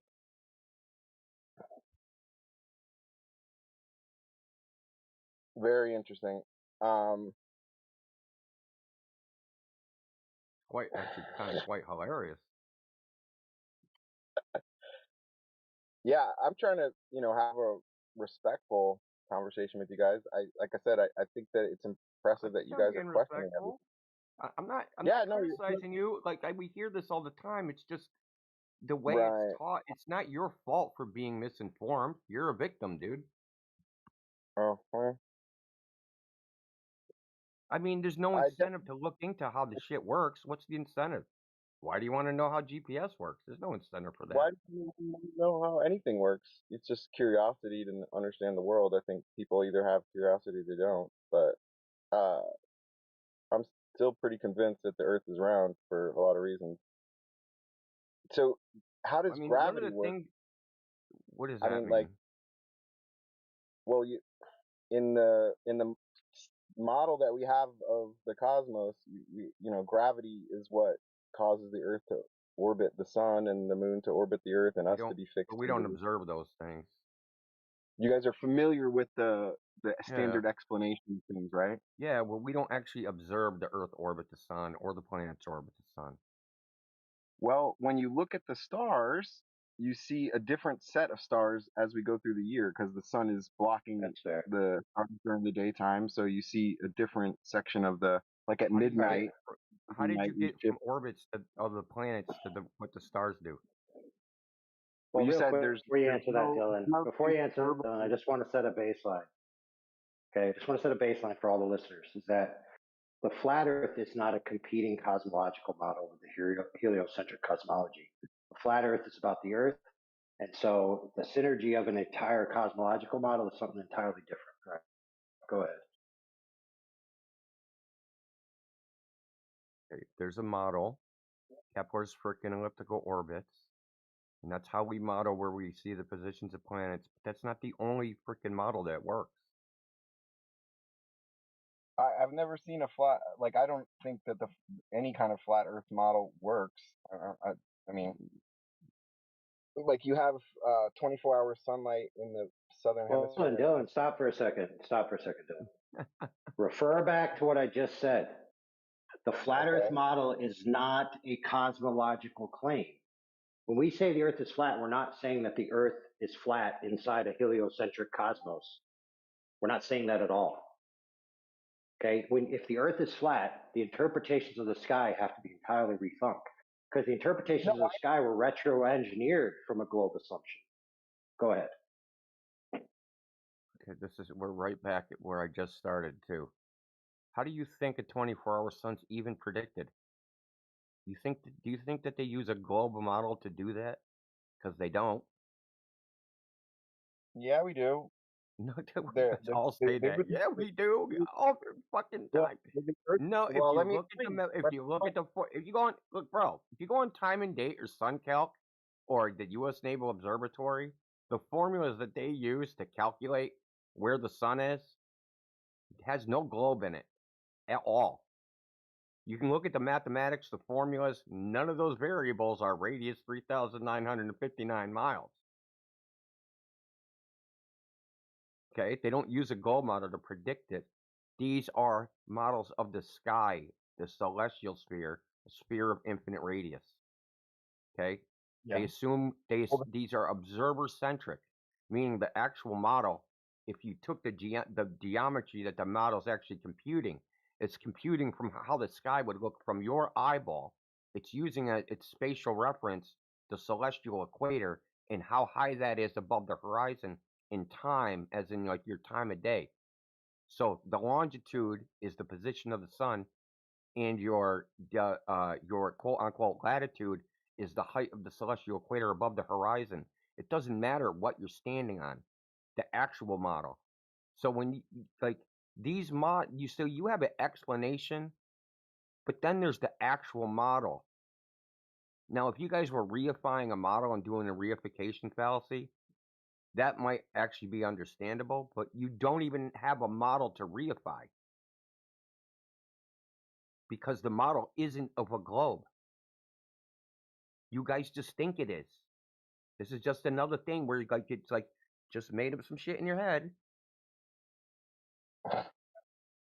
Nothing about the sky uses a globe model. They assume that everything is so far away that they assume the Earth is a point in space and there's no actual globe in the mathematics. They don't put you at, 45-degree longitude looking off the surface of the globe off a tangent plane into the sky and then calculate from there. They don't do it like that. It's nothing like that. Yeah, it is. Ugh, yeah. Yeah, I'm so disappointed that his physics teacher makes him think that they actually use Earth curvature to build bridges, and he said he's like studying engineering or something. That is just so disturbing to me. Do Yeah, you because really it's not think? true. Yeah, it's not true at all. Like, do you really think that a real person building a real bridge is doing that, Dylan? Because they're not. I do think that. Oh, okay. Why would you need Can to we do a account for case example? Go ahead. Go ahead. Dylan, can we go through a case example? If the You know what that means? structure is long enough, I mean, Okay, am I speaking and asking questions, or am I talking to the ether? You can give me an example, sure. Okay, so ifs are all fine and dandy. Now, allegedly, the Verrazano Narrows Bridge in New York City was intentionally calculated to be 1 inch and 5/8 out at the two towers. So it has towers right in the center. They're split about a third of the way. And then the next tower is the next third of the way. And supposedly those towers are intentionally designed to be 1 inch and 5/8 wider at the top than the bottom in order to account for the curve of the Earth. Now that's the claim. Now the problem is that claim is based on ideal geometry of the Earth. If the Earth was a 3,959 mile radius and the towers were directly vertical radial splays to the center of the Earth. Now that's already a problem because the calculations for gravitational anomalies already make the plumb lines not go to the center of the Earth. So that's already a problem. So their calculations are wrong. Secondly, the bridge is made out of steel and concrete. And you cannot build a concrete structure as tall as those towers are with an intentional variance of 1 inch and 5/8 because it's 1 inch and 3/4 variant per span. And there's like multiple spans in the height of the bridge that they set. And so even if they allegedly attempted to intentionally engineer this in, it couldn't be practically done in reality. Not only that, but the steel expands throughout the year. So the deck of the bridge actually goes up and down by 11 feet throughout the year, just from the expansion of the steel. Not only that, but they have sway guides, which are meters that's on one bridge to the other, and it's intended to see if the bridge is swaying under the wind beyond a certain tolerance. And that machine isn't even capable of measuring 1 inch and 5/8 separation over a duration of time. So in other words, if somebody claims that they engineered this 1 inch and 5/8 out into the bridge, it would be inconsequential because one, they couldn't effectuate it in reality. And two, even if they did, the variance of the structure itself would subsume that small amount. So it's almost like whether they do or don't is irrelevant. Now, unless you can show me a bridge to where the alleged accounting for the curve of the Earth would cause the bridge to fail in any appreciable way, and then demonstrate this by actually measuring it in reality, your claim that you have to account for curvature in bridges is purely conjecture. In other words, you could think you have to, pretend that you did it, and nobody would be any the wiser because it can't be measured, nor will it affect the bridge in any way. What say you?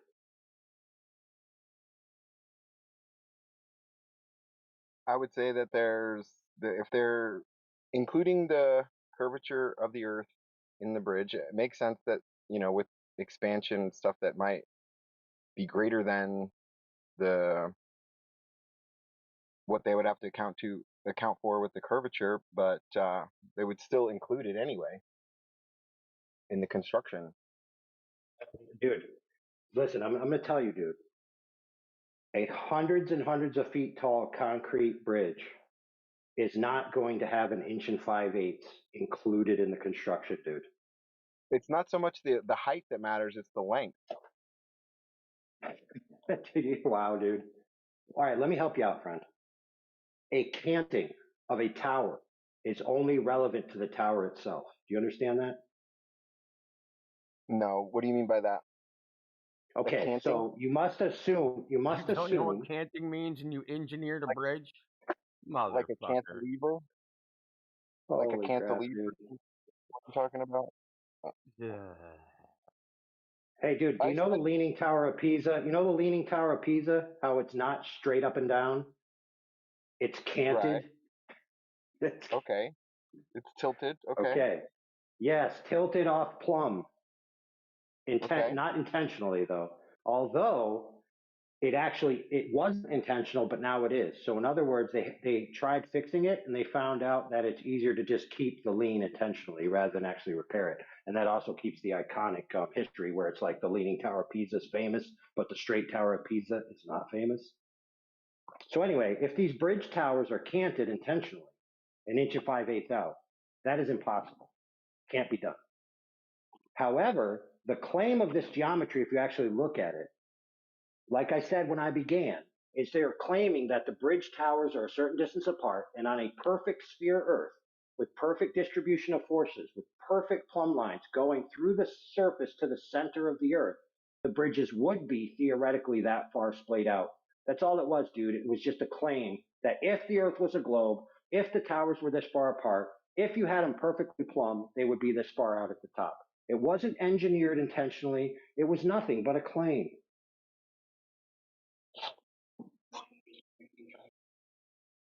So, what behooves you, if you have a counterclaim to this, is to demonstrate that any intentional alterations to the physical structure of a bridge are made to account for the curve of the Earth and that they can be practically effectuated in the fields. In other words, you can make a claim that you need an 1 5/8 out, but then when you build the structure, it's nowhere near that and it works anyway. So that doesn't prove your claim.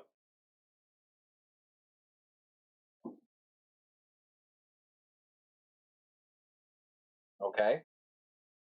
So the bridge thing is not going to convince you guys. We can move on from that. Because it's fiction. Well, why move on, dude? You claimed that in your school you made a bridge that needed to account for the curve of the Earth. Why don't you tell us how that happened? I didn't make a bridge. I'm saying that as part of one of the courses, it was like a homework problem type of thing. Okay, fair enough. So let me ask this. What was the variance of the alteration to any part of the structure to account for the curve of the Earth in any appreciable way? Did you have to cant the towers? Did you have to extend the deck? Did you have to buy extra steel for the cables? What did you have to do that actually made it to where this homework problem was solved by needing the curve of the Earth? You had to account for the change in height over that length. Which was how much? I don't remember specifically, but it's a trigger. What do you mean the change in height? What do you mean the change in height? I don't understand what that means.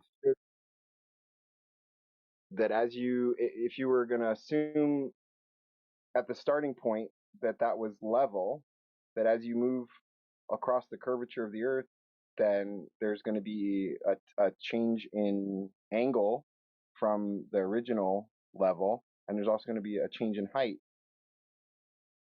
Relative how did that affect the structure? Relative to what? Answer that. But then, how did it affect the structure? If the deck is at like some constant altitude above. Oh, you mean above the water or something? Purely hypothetical. I got you. So you want the bridge deck to stay the same height above the water because the water's curved. Is that what you're saying? Something like that. Yeah. Right. So that would be local. That would be like local plumbing level, dude. Holy crap, Okay, dude. hold on. Let me ask you a question. If you did this, would the water pool? Would the water pull? Yeah, pool on the surface of the deck.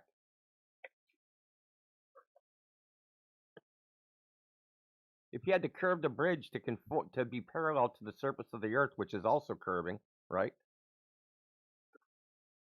Would the Right. water pool full of puddles and not drain off the bridge, or would it drain off from the curb of the bridge?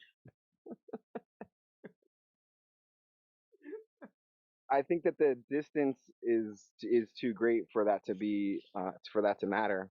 Because like you have surface tension in water. Water's gonna, like, you, for example, if you put a drop of water on a flat table, it doesn't become infinitely thin, right? Right. It holds itself on, It pools to a though, right? It will form a little puddle.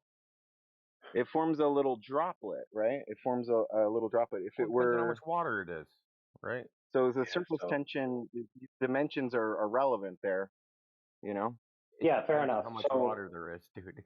exactly, but we're talking about applying the water to practical reality, in which you just said it'd be impossible to notice anything with the water. So this doesn't prove anything. Now I will submit Right. to the That would be audience that hold on, friend. different. As a professional test scorer, I will submit to the audience that the problem that you encountered was actually just calculating what the arc in a bridge would be if it was either a concentric arc or a variable arc, assuming that the Earth is a fixed radius. That's all it was. In other words, it's a math problem. It had nothing to do with reality at all. And if you built That's a your bridge like that, if it was a globe and you built a bridge like that, the water would never drain off. I'm sorry? The water would never drain off. If you built a bridge that was concentric with a sphere, it would never drain off because level is curved in the globe model. So all the water, that bridge would technically be level, and the water that got on it would just form puddles. It would never drain off of it. You don't even believe that that's possible. You don't believe that you can build a curving bridge and the water doesn't drain off of it. I'm saying, yeah, if the bridge is level because of the curvature of the Earth and it's curved, then the water is just like the water on the surface of on any body of water. It's gonna stay level relative to the Right, which is more hypothetical, dude. Yeah, and I just want to make it clear to the audience. engineer a level, hold on. Go ahead. If you engineer a level surface and pour water on it, it's gonna puddle. It doesn't drain off. Right? Almost. It actually seeks a boundary. Well, yeah. Yeah, you know what the boundary on a bridge is called? A curb. Holy crap, dude. So let's say this is like, hey, listen, friend. Let's just be clear, Dylan. Your gambit was that you've done physics before, and you're somehow have a greater expertise than us in any of these issues. But it's clearly demonstrated that you're an amateur level understanding of your own field at best. I work in software now, so it's not something I work with regularly. Thank But God. No one's gonna die. but yes, What's up, Stone? Just to hold on one second. I want to catch Stone up. This guy, he said he took engineering in school and designed a bridge that had to account for the curve of the Earth. So we're just. Well, who did he discussing that design with the him. bridge for? His mom or a city? It was literally a math problem, like in a homework. That wasn't meant to be some assertion of. So what Like grade you level said, it in was school were literally. you studying this? Huh? Grade level in school were you studying this? It was a 4 years sort of. It was a BA in ocean engineering. I have a master's undergrad too, but studies. this is in electromagnetic. So it was an undergrad course at post-sec. It was an undergrad engineering course, yeah. Okay. But like he said, it's just a math problem. That wasn't meant to prove anything. It was just giving you some background of where I'm coming from. It's weird that you have such difficulty thinking in abstract. When you're saying, we go back to the question, will the water drain off the bridge? Let's say there's a curb on either side, so the water doesn't drain off the sides of the bridge. You're saying, is the water going to follow the curve off the bridge down the either length of it, right? I'm saying, yeah, if the bridge is got a consistent height to it, accounting for the curvature of the Earth, then the water would stay level. You could put a curb on the sides, and the water would have the same height across the bridge. What are you talking about, dude? You don't have to account for the curve of the Earth. If listen, Fred, let me help you out. The curve of the Earth is local, would be local level in your view. So all you have to do is build the structure level, and it automatically would account for the curve of the Earth. For holy crap, dude! This is what I get. Like, this is what I'm saying, bro. That you tried to put this gambit that you did some things that had to prove the Earth was a globe when you were in school, but this not only could this not prove the Earth is a globe, it's not even close, dude. That wasn't a proof that the Earth is round. I was just telling you where I'm coming from. You asked me like, why do I think the Earth is round, and I was just giving you where my background is. And yeah, fair enough. And so I'm glad you said that, because that gambit to say, my background is I did a math problem that can't possibly determine whether the Earth is curved or not. That's why I believe the Earth is curved. Yeah, I agree with you. I think somebody specifically asked me a question like, did you do anything in school that accounted for that? That would be anywhere relevant, and that was Yeah, so I don't know if you're going to concede that is your theoretical, fairy tale science fiction math problem doesn't show the Earth as a globe. So what is your, then you named like 10 or 15 other things. So just, how about if you just focus on one thing? What is your best proof of your globe? I kind of wanted to handle one more thing about the bridge before, if that's all right. Go for it. Yeah, we don't have to pass on from the globe, from the bridge. Okay, because this guy says he's an engineer. He studied engineering, undergrad degree, post-sec. Then, dude, what's your name? Let me get back to where you guys are in Discord here. The civil engineers do Was more that Miles or Dylan? What was your name? Dylan, there you are. Look, are you familiar with the term modulus of rigidity? Yes, somewhat. Okay, what does that mean to you? Well, the modulus of elasticity is what comes to mind. That's not what comes to mind. Is the one term I'm talking about. Don't talk about any other term. Let's describe the term that I use, because you said you know what it is. What is the modulus of rigidity? Not sure. Okay, so why did you tell me you know what it is? I said it was familiar. It rings a bell. Maybe I should say that.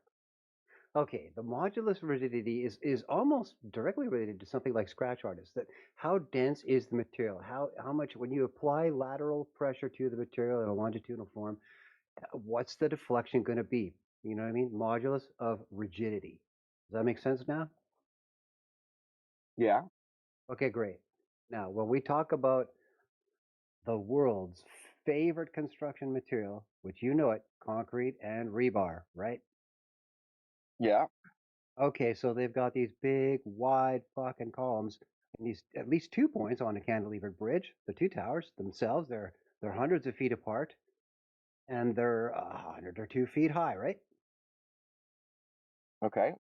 Okay, so that's your longitudinal, looking towards the vertical. So if you were flat on your back on the bridge or on the ground under the bridge, looking at that tower, you're looking straight up the line on the tower, okay? How much physical sway do you think is going to happen in 200 linear feet directly away from your eye?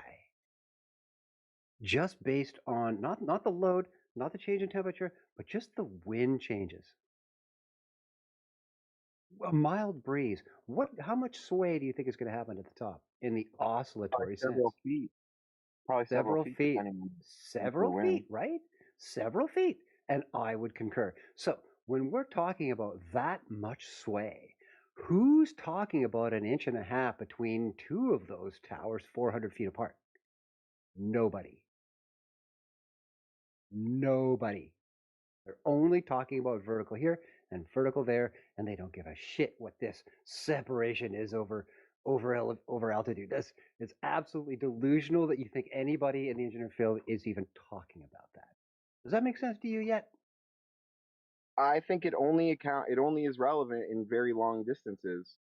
We just talked about that. They're talking about a 200 plus foot height tower, and they're about 400 or 500 feet apart. The height of the tower isn't really relevant.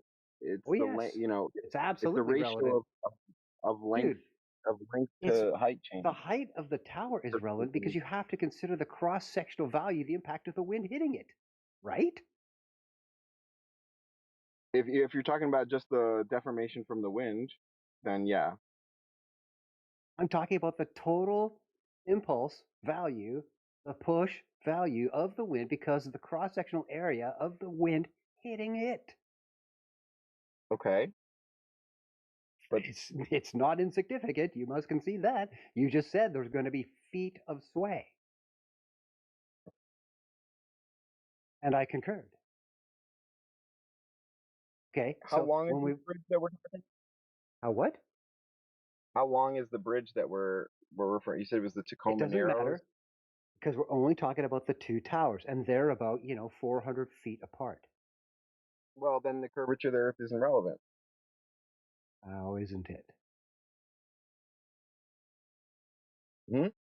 How is it? Because real quick, the Verrazano Narrows Bridge is 4,200 feet long. There you go. Okay, hundreds of feet between the two towers. Each tower, a couple hundred feet high. It would probably be bridges that were miles long that would have to take that into account, or probably more relevant would be something like the channel under the English Channel, or something like a long tunnel. I really don't know why you want to keep switching up the scenario. Just talk about what we're talking about. Let's wrestle the single point to the ground without scattergunning, strawmanning, or anything else. Okay? For very long structures where the curvature becomes relevant and the tolerance is very tight, then you would have to account for that. That you would have to account for the curvature. Now, I'm going to give you empirical evidence to the contrary. Are you ready? I'm ready. Okay.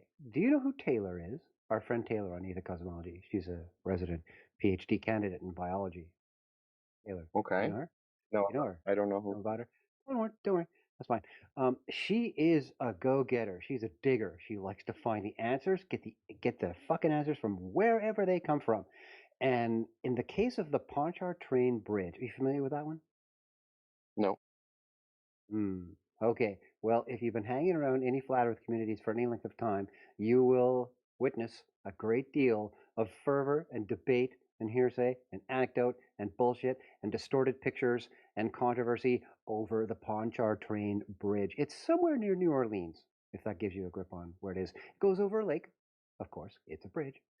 And it's a little over 24 miles long. Do you think that falls within the group of structures you just referred to where curvature matters? I would think a 24-mile bridge would that would be relevant. Falls within. Yes? That's what you're talking about? What you think you're talking about? Okay, great. Well, Taylor is the one who actually approached me about the project, and I recommended, yeah, go for it. And she did. She got a hold of the city planning department, who were in charge of keeping the records for all of the construction and updates on the Pontchartrain Bridge project. And it turned out to be two-phase. The first phase was when they first started building it and completed the first phase back in 1955. Okay, it was just one two-laner going straight across. Well, in the 70s, they added it. They doubled it. They had another two-laner next to it, so it's kind of like a separated highway. It's actually a double bridge going straight across the lake, almost a perfectly straight line the whole time. Okay, for 24 miles. It's got about 20 towers, but they weren't very tall because this whole bridge is right just over the water the whole time, a couple of feet. Okay, 10, 12 feet tops. All right. Well, she got a hold of those planners down at the city, and they sent her the complete set of plans to that project. And of course, the first thing she did, well, I don't know, one of the first things she did was send me a copy, 7 or 8 or 9 PDFs. I still have them, of course. What I did, because I have some experience, I'm sure you might be able to guess, is I took them to my 2D vector software and I blew them out and put them together and scaled it. Okay. And while I was doing that, I was plotting point heights along the way above the water, which are on the plans, and beginning starter points, Latin long for where it leaves the land on each side of the lake. Okay. And the elevations and the angles that are coming away, as you can expect, and the approaches to the bridge, off the land to the bridge. All that's on there too. What's not on any of these plans in either phase, 2 decades apart almost, Not present at all. Is not one single markation to do with Earth curvature. Not one. It's a straight on project. It measures above the height of the water the whole time, and there is absolutely no notation, notes, demarcation, or anything on these plans anywhere that mention or have to do with or involve Earth curvature. Not one. So you are a parrot. You are stating something which is a grievous generalization to say something as audacious as with large projects they take Earth curvature into account. When have you looked at them? No, clearly you have not. Do you understand where you went wrong here? Yeah, I'm kind of coming from assumptions. For sure, I haven't looked into those calculations. I just looked it Okay, up. They're Dylan, supposed to be stop over saying it almost then. feet. Dylan, They're the supposed to be solution almost here. 400 feet, right? What? According to the standard calculations, over 24 miles would be almost a 400 foot, 384 feet is what comes up. 381 feet, depending on the equation Yeah, that you use. 384. Sure. Yeah, sure. Okay. Yeah, Yeah, 384. 384. Right.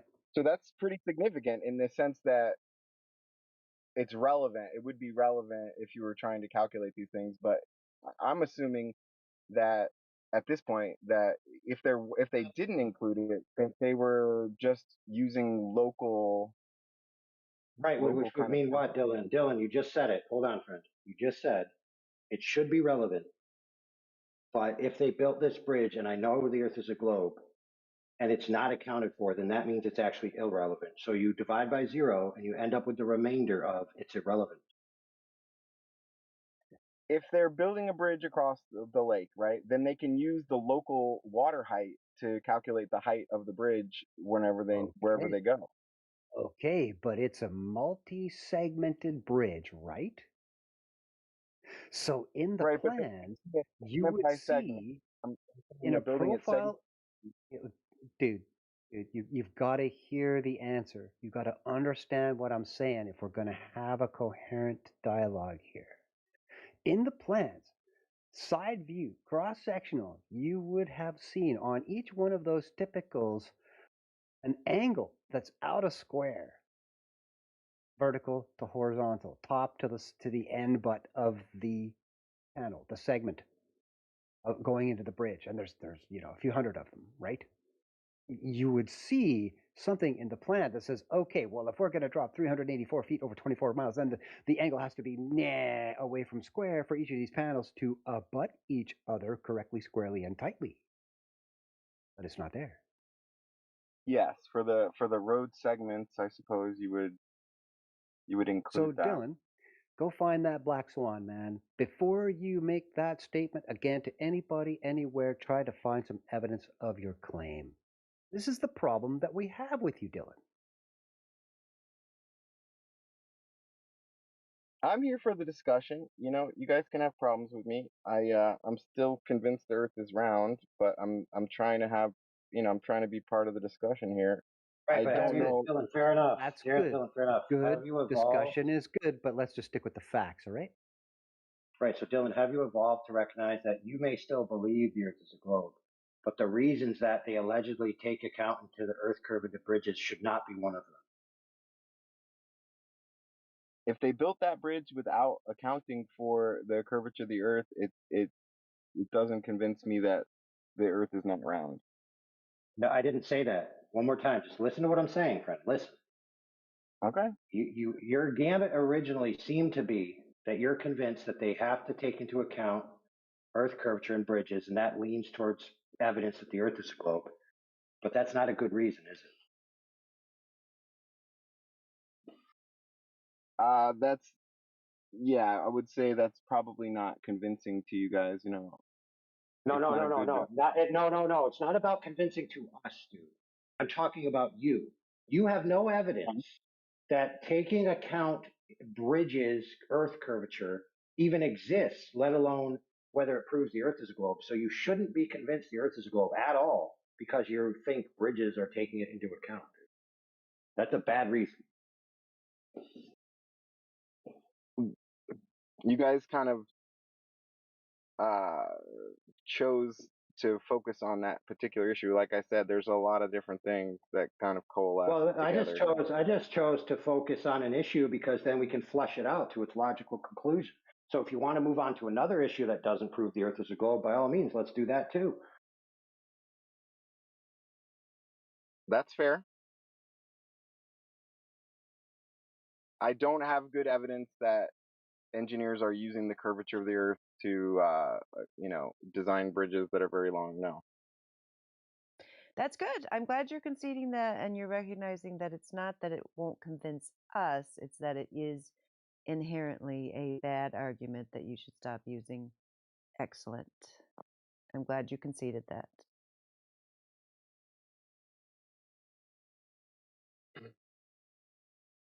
A little bit of truth goes a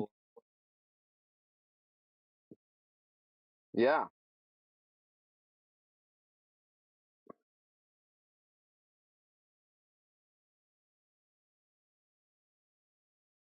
If you want to play back and forth, maybe it's now your turn to ask us, why do you guys think the Earth is flat?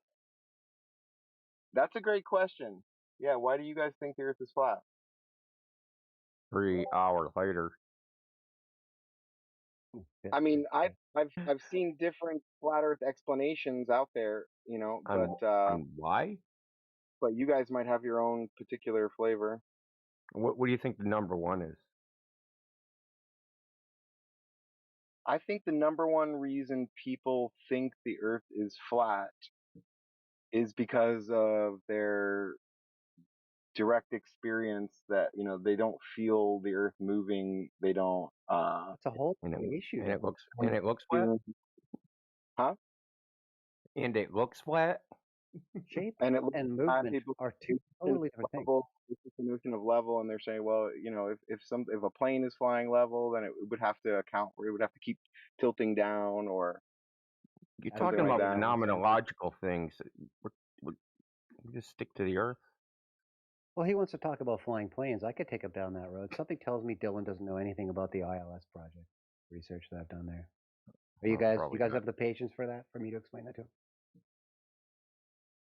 Well, I do, but just one second. The general question. I would say, Dylan, the number one reason people think the Earth is flat is because what the globe says, how big they say it is, the Earth looks flatter than that. Okay? The reason people originally thought the Earth was flat is because it looks flat, right? That's why they thought it in the past. Very simple reason. Because that's what we see. That's the number one reason. The principle would be, I can believe my own eyes. We're very small compared to the radius of the Earth, so that most people, like if you're using a map to realize that's a rationalization. You're trying to just, rationalize why your experience is invalid. Yeah, Dylan, let me help you out. So you conceded, Dylan, let me help you. Dylan, I'm going to help you out. Link with you that people's local direct experience. Dylan. We agree, and you just agreed that to everyone the Earth looks flat. That's true. Now, but that's not the only thing. Is we can go beyond that and actually test it beyond just our eyesight. Okay.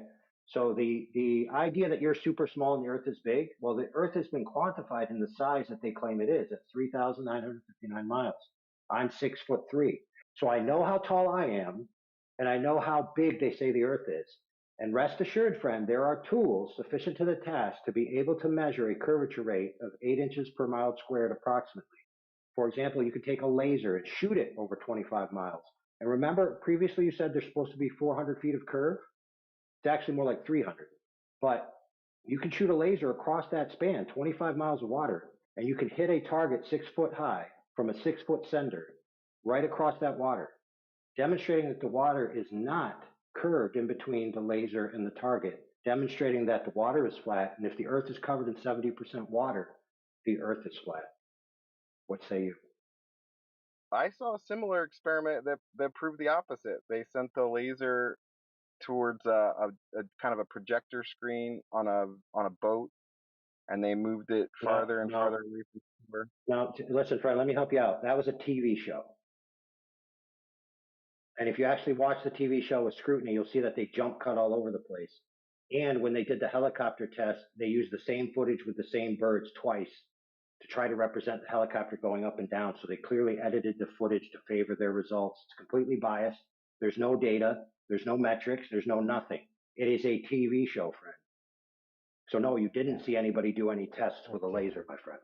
Agreed. That show is a painful contrivance. But Dylan, I'd like to take it away from quote our experience and what we see with our eyes and that kind of thing. And because we I'm sure agree on the concept of human fallibility and subjective. I mean, on and on and on about why the human organism is not an adequate measuring instrument. You agreed on that? Humans are fallible. They're not an adequate measuring instrument.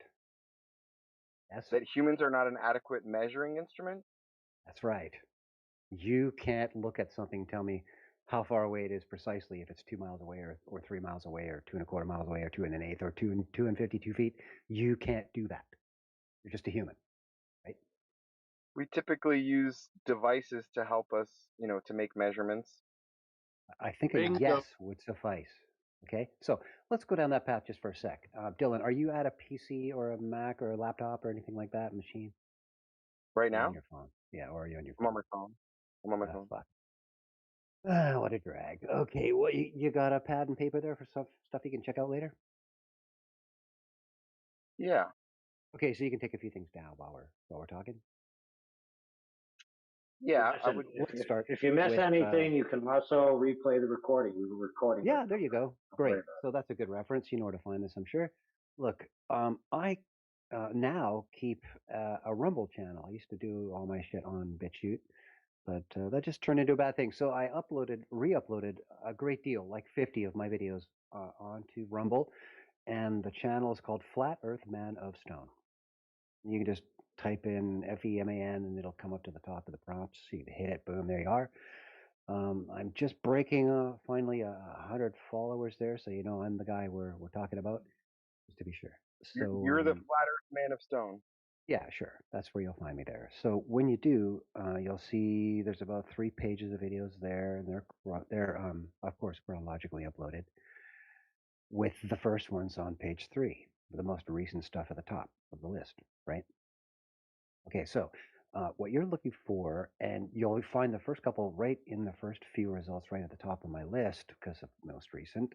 I refer to it as the ILS experiment.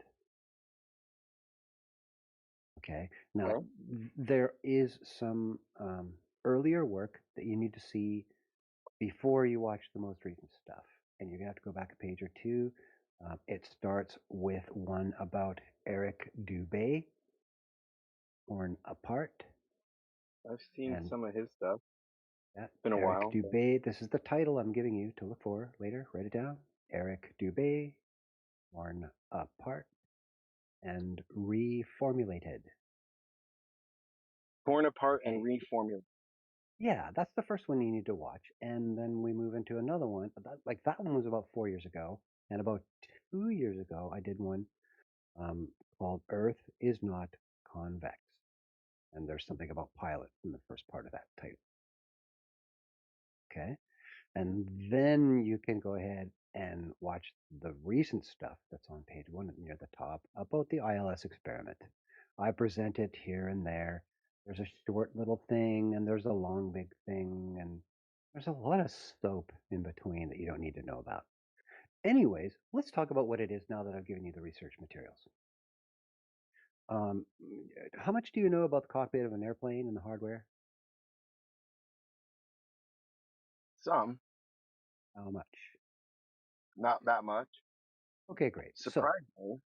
No problem. Anyways, when you're on approach to land and you want the airport to help your machine do that via autopilot, quote, on a descent, you are looking for what is called the glide slope. It is typically a 3-degree downward angle from the craft to the runway. That is shot at the plane from a pair of emitters that are right actually on the runway, just off to the side, at the point of touchdown, pretty much.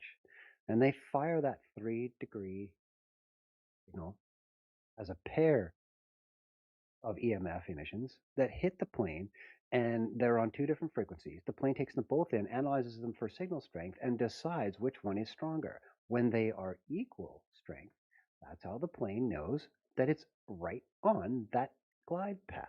Does that make sense? Yeah. Great. Okay, we're starting to build a triangle here in profile. From the point of the runway and that slant angle, call that the hypotenuse, and the vertical line that goes down from the craft to the ground, but not quite, if we're talking below berth, right? Because there's drop. The virtual triangle that we're driving here would be from the runway at touchdown point, horizontally straight out until it meets that vertical line, and then straight up to the craft. We've made a triangle, right? Following you. You okay there? I said I'm following you. Okay, good. All right, so you would know that the triangle would look different in profile based on the shape of the Earth, based on the bottom line of that triangle. That if it's flat, then the line just goes straight up from the runway and then straight up to the craft. And you get an altitude reading in the craft based on that altitude. However, if it's a globe, you shoot that same horizontal line straight up from the runway, and there's what? At 10 nautical miles away, there's 100 feet or 2 or 3 there, right? Because of additional downward curvature, allegedly, of the Earth. That your altitude figure would be higher, wouldn't it? At the same distance, the same slant angle, right? Does that make sense? Yeah. That your triangle, it would produce a longer vertical line underneath the craft, wouldn't it? It's the same sort of experiment that we were talking about before from the TV show, except it's at an angle instead of horizontal. It is nothing like any other experiment you have spoken of this evening.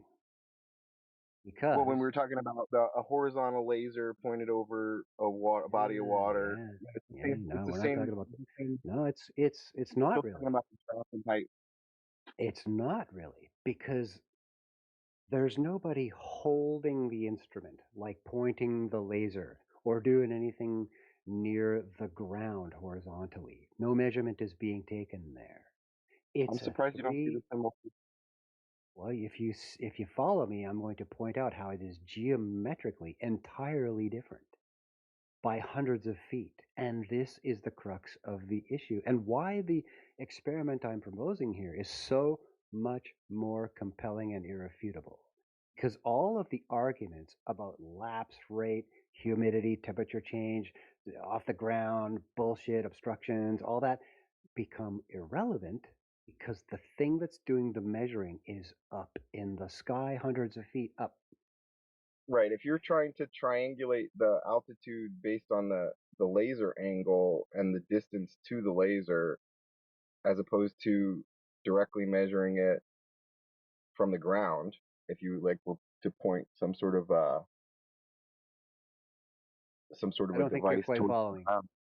Okay, in the you're saying cockpit, that you calculate from the laser that's pointed at the 3-degree angle, that you calculate an altitude from that with trigonometry.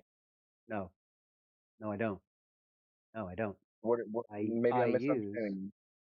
I use the barometric altimeter in the craft to tell me my altitude. No laser. The EMF that's coming off the runway is a pair of radio emitters And it is merely a signal strength comparison going on at the craft to decide when the craft immediately hits that 3-degree slope, that position in the sky. Okay, so we've got brutal accuracy on the angle and the distance from the runway, because they use DME as well. And I recommend that you take a look into that. I explain a few things here and there in my presentations you'll pick up on, I'm sure, by the end, and understand the art of the DME and how it is not, its error margin is not distance dependent. And you'll understand that later as you study more. Anyways, what I'm trying to tell you, Dylan, is that I have data from 10 nautical miles out from commercial pilots. You asked me, or us, why do we believe the Earth is flat? I don't. I know that it is. I have empirical measurement where the measurements are not being taken by humans. The measurements are in a situation which is a life critical scenario where things necessarily have to be brutally precise in Can I ask order you a to question, preserve couple life. questions to make sure I understand what we're talking about here? Are there's two different measurements of the altitude, right? One that you're getting from the laser that's at the angle, and one that you're getting from your barometric altitude. No, the first case is not actually an altitude measurement. It is merely, are you on that path? Not your So you distance, have one right? measurement of altitude from just the barometric. I'm not sure I Well, I understand guess we have three. No, you're right, Dylan. We actually have three measurements going on, and there's a separate piece of hardware, the DME, which is separate to the ILS approach gear, right? The ILS pair emitter on the runway, they are on the tower, and they're shooting up towards the craft at 3 degrees. Yeah, all that cool stuff. But the DME is more of an omnidirectional thing. Okay, also right on the runway, pretty much. But it is a separate piece of hardware on its own frequency, and that is just a straight up distance calculation. So yes, the slant angle distance is that piece of hardware. Yes, and the ILS approach gear is telling you when you're right on the 3 degrees. Though that is all light based. You know what I mean? EMF based, brutally precise stuff. There's a lot of regulation about how precise it has to be because of the life critical situation we're talking about, millions of dollars and all these lives at stake, right? Craft are very expensive. They don't want to lose them due to overshoot, etc., right? And the altimeter on board is the third measurement. Air pressure measurement done using calibration via hour. They say, all right, today this is the exact precise air pressure at the surface. And there's a standard formula when you're a few hundred feet up. And the error margin is very small. So what we're doing here is we're using gear that's already calibrated by people who are not the pilot. You know what I mean? All he's doing is grabbing his phone and he's taking a recording of what's happening in the primary flight display where all this information is. That's all we're doing there. And the elegance of it is what really drew me to it. That it's brutally precise. It's empirical evidence that the Earth is flat, and I'm looking to replicate it at 20 nautical miles these days. So if you know any pilots, send them my way. That's my answer to you, Dylan, about how do I believe that the Earth is flat. I don't.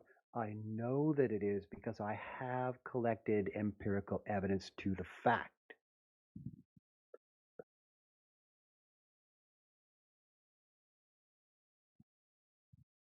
So your evidence is that these measurements are the same? That there's no difference in the measurements or something? I'm not getting to the that's a really why does these measurements prove the Earth is flat? Like I told you, when you look at that triangle, the vertical figure, the altitude reading you're going to get is going to be one or the other, based on whether the Earth is flat or whether the Earth has been dropping 8 inches per mile squared away from the runway on approach. But there is a large difference in altitude between those two figures. You're going to get one or the other in the cockpit, and I have the video evidence about which one it is. Yeah, so in other words, Dylan, the plane exists at a point in free space relative to the airport. If the Earth was flat, it would be at a certain altitude relative to the ground. If the Earth was a globe, it would be at a different altitude relative to the ground. The altitude that it's actually at is congruent with the flat Earth and disproves the globe Earth. Succinctly put.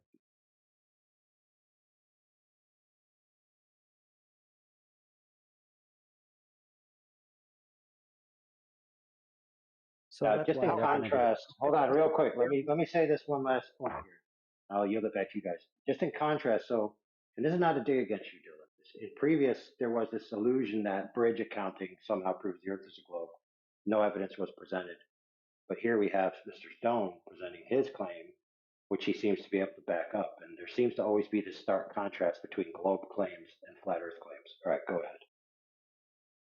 This is why I gave you all the preamble about my channel, Dylan. I want you to actually go and watch these videos. It should take about an hour or two of your time. And the pause key is your friend when it comes to my production style. Some of it goes by pretty fast, and I recommend you take in as much detail as you can. That's the best thing about digital format. Yeah, that's not an issue.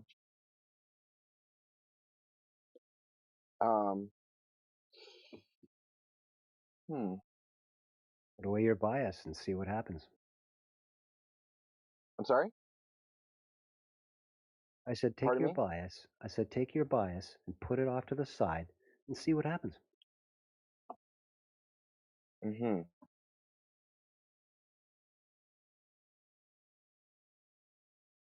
And you know, engineering. And there's Dylan, a and one sec.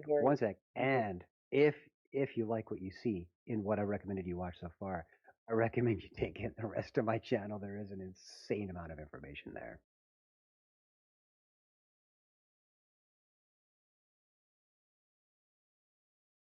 Okay, you know, to me, these measurements of altitude are supposed to be, you know, effective so that the pilot can fly the plane, right? They're I'm interested in Necessarily precise. this barometric pressure measurement of altitude is. That doesn't seem like it would be necessarily as It's the only way precise as planes, listen, Dylan, it's the only way planes can measure their altitude from the reference frame of the plane. Okay. It's how it's done. So real quick, before we go on, bro, before we go on, and Stone will back me up on this. Hold on, Dylan. A plane doesn't actually have a metric called altitude. It has a metric called barometric height or whatever. They don't have an altitude reader. It's called an altimeter, but it's called altitude pressure.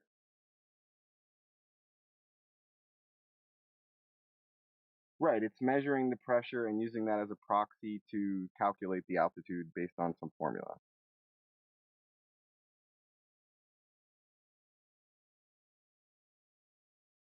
Is that correct?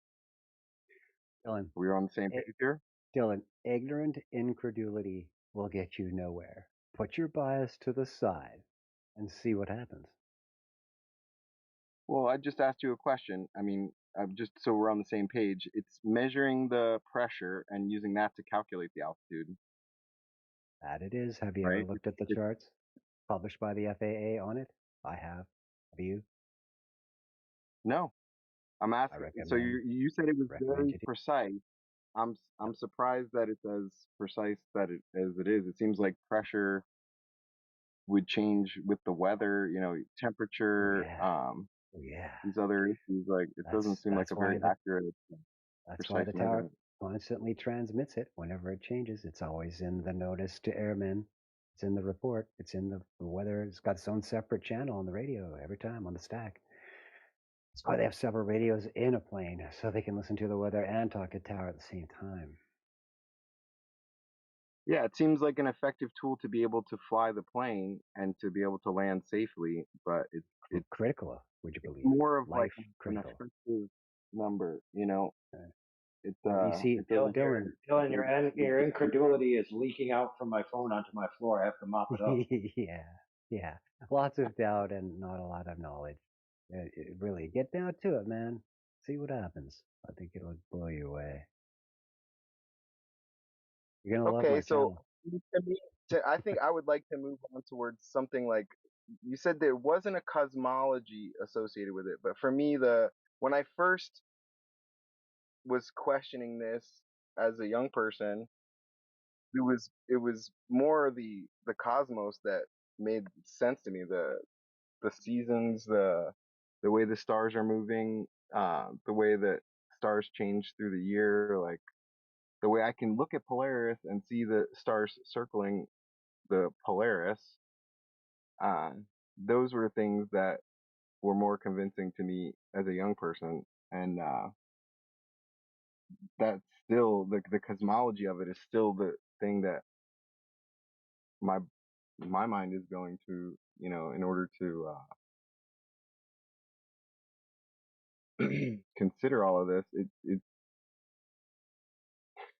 That's where it seems like the Earth being round is the most obvious. Like is based on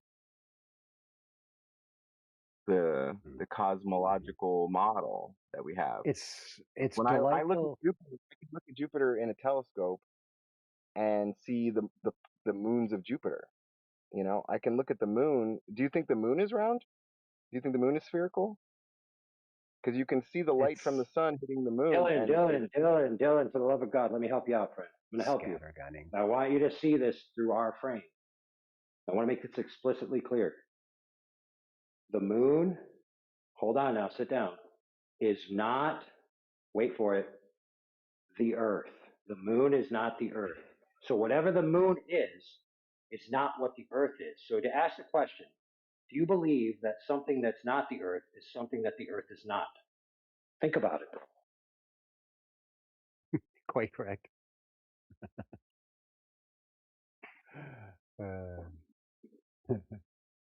I'm not saying that the moon is the Earth. I asked you a question. Do you think the moon is round?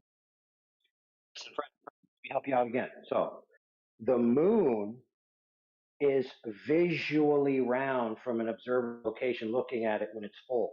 It clearly looks like a circle, which means it's round. Now, if you mean something else other than looks like a circle, I'm not talking about the circular shape of it. I'm talking about the phases of the moon. The phases of the moon. I understand. But the reason why I was being hyper specific on that is because it matters. So round and ball are not mutually inclusive. Like you can have things that are round that are flat, right? It was a clumsily worded question, Dylan. The word is spherical. Yes. So the moon appears to be spherical to me, and the phases of the moon make it seem very obvious that it's spherical. What is the other is the so is that not your observation, your direct observation when you see the moon? Look, I tend to lean towards it's some type of sphere or at least structural object. I don't think it's flat in any like thin disc shaped sense. I definitely know it's circular in some fashion. And that all being said, it doesn't impact my view of the shape of the Earth in any way, shape, or form. Right. And the moons of Jupiter, have you seen those before? Not really. And whatever they are, again, I mean, they could be whatever they are. They could be Jupiter's girlfriends for all I know. Right. But whatever model that we have, it sort of has to explain everything. No, it doesn't. We have no, wrong, false. Stop right there. Okay. I'm gonna make it very clear to you. If I want to make a floor flat when I build, I don't need to know about the whole reality. I just need to know whether or not the floor that I'm laying is measuring flat. And I measure that with tools. I don't think about other things. I don't look at the lights in the ceiling and that determines how my floor is flat. I just lay my floor flat based on level. So it's not the case that I have to explain everything. See, the problem is you're so predisposed to a story you've been told in which the Earth is synergized with the cosmological model that it's very hard for you to separate the two. But I want to tell you to try to put a schism in your mind and say, okay, my model that I believe in, I'm going to put over here. Now I'm going to open my mind to entertaining a new idea where the synergy doesn't necessarily have to exist. It's not the case that what the Earth is has to inform what Jupiter is. That's just not true, and it doesn't have to be true. And I'm not going to accept you telling me that it has to be true, because it's just not. Can I weigh in real quick? Well, that's the thing. The model that I have, it seems very coherent. Like, you mentioned Kepler's observations. Like, your model's incoherent. No, your model's incoherent. Why is it incoherent? Because the axiom on which it's based, that you're observing these things from a globe Earth, is false. I'd like to take him up on something else he said. Another really quick presumption he slipped in there that I don't think he even realizes that he did. Those are the best kind to talk about. Go ahead. Yeah. Somebody get rid of .cat is just totally a disruption, hot miking and shit. Anyways, thanks. Dylan, you said, well, when you look through your telescope at Jupiter and the moon and stuff, and then you got this conclusion. Are you aware of the physical workings within a refractor array like that, mirror-based refractor, et cetera, concentration of light using lensing? Are you aware of how there is a manipulation going on there in what you see at extreme distance through that apparatus? In that they actually tend to skew what you see and make things look more spherical than they are should you be using some other apparatus to view that object, like a P1000, for example, which is an SLR, single lens reflex with CMOS sensor, whole different animal. Are you up on any of that? I'm sure there's some distortion in the image when you have a magnification. You didn't answer my question. I'm not sure about the CMOS device that you're talking about. No, I'm saying that when you said am I aware of, it sounded like you were asking me am I aware of what kind of distortions something would cause. That happened in a standard typical telescope that you buy at the store. Pardon me? It's the kind of distortion. Who's hot making? That's Arden Tech, I think. Anyways, yeah, the problem. Hey, real quick, Stone, listen. Cat is constantly jumping in, so I'm blaming him and abandoning him, even though it was me. Okay. Fair enough. Okay. He's all muted up. So yeah, back to the telescope thing, man. Yeah, that's annoying as fuck. Anyways, yeah. It's all about the tool that you're using, and that it is the way it is, I dare say, on purpose, in order to preserve the narrative. And I'd actually like to give you a You're couple saying of that examples in science. Telescopes are intentionally designed to make things look different in order to perpetuate the globe. I can't actually hear you right now because of all this entering and exiting going on. That is distracting. Yeah. All right, check it out. Listen, I got rid of him. He's banned now, so go ahead. Oh, okay. I was just about to hit notifications and kill all that, but I'm glad you got it first. That saves me some time. Yeah. Okay. Back to the telescope there, man. It's all about the hardware that's inside it and what it's doing to distort how you see things very distant through it. And when I said CMOS, that's actually the thing that's going on in your phone, in most cameras, TV cameras, et cetera. It's a type of light receiver with a whole bunch of tiny little receivers all gridded out, and they have a grip on spectrum and what's hitting them, and it's all done through the focus of a single lens. And they call them CMOS. CMOS is the abbreviation for the type of light receiver transducer that it is. A very common piece of hardware. You should familiarize yourself. Opposed to a compound lens. Okay. Yeah. Well, they use them with SLR is the point. If they're symmetrical lenses, that have they're pretty much designed. My understanding is that they're designed to just create a magnification. That's the main distortion, is that it's just magnifying the image. In what way do you think the image is being distorted that makes things, that perpetuates this globe model? I'm not sure because, Jupiter looks round. This isn't what I think. This is actually what we see. We see people taking pictures of stuff through telescopes. It looks a particular way. We see people with P1000s and the like taking pictures of the exact same things, and they look entirely different. And to acquaint you with how different they look, my next question has to do with both cymatics and sonoluminescence. Are you familiar with those terms? Yes. So you know what cymatics are about? Cymatics are patterns that are produced by sound. They're a resonant cavity effect. Okay. And then sonoluminescence is like acoustically produced flash. They used to call it star in a jar, where they create cavitation and. Excellent. Good. Okay, so put those two concepts together and take a look at the stuff people who are on our side of the fence are publishing in terms of picture and video of Venus, things like that.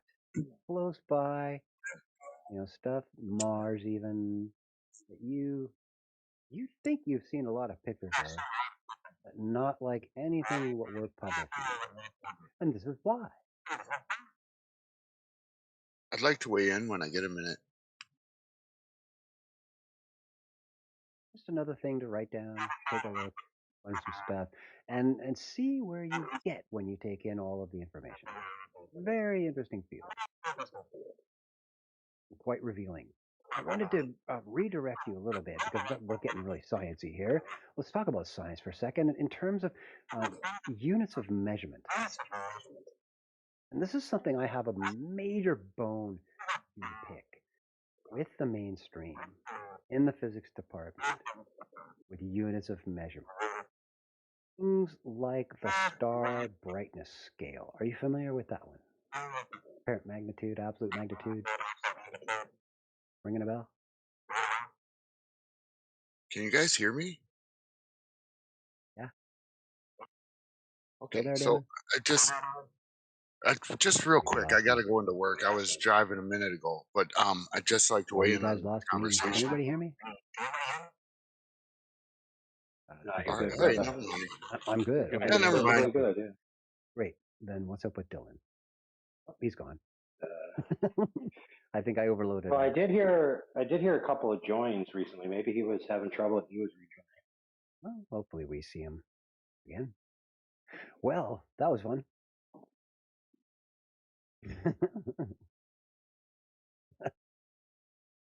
Now, listen, our homies here, they clip out all the good combos, so this one will be archived. We'll get you a copy. Oh, no, I'm good. It's the same stuff I talk about Friday after Friday after Friday on X. Yeah. Indio. I hear you. Indio dropped out of there. No, we didn't lose Indio. Indio was like, hey, there's somebody competent on the mic. I could take a nap. Well, it is 2 a.m. here, and I think I better call it. No, I got a slate of stuff I got to do tomorrow in the lab. On the slab. Yeah, before you go, let's just agree together that his gambit was you have to take account, and then your gambit was I did take account.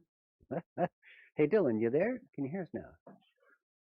Sorry, I got dropped, I think. That's cool. How far did you get before you lost me? We were talking about cymatics and sonoluminescence. Yeah, and you told me you knew all about Star in the Jar. And that cymatics are essentially a resonant cavity effect.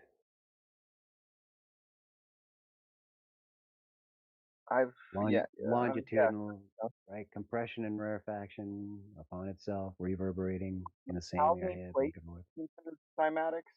Yes, the Chladni plate, indeed. That's exactly what I'm talking about. Those are the compression and rarefaction in natural space relative to the frequency and the modulus of rigidity of the plate itself. Hey, got to use that term twice tonight. Anyways, take those two concepts. I'm recommending that you take a look at the pictures and videos that are coming from people on our side of the fence who are looking at the same celestial objects you are through a telescope, and the closer ones especially, and stars, look entirely different from what you have seen through a telescope yourself, maybe, and other people have shown you taking pictures through their own telescopes. But there is just a mind-splitting difference, and the two phenomena that I'm citing here are the explanation for why we are seeing what we're seeing, and you're not. Oh, shit. I'm going to try and... Excuse me.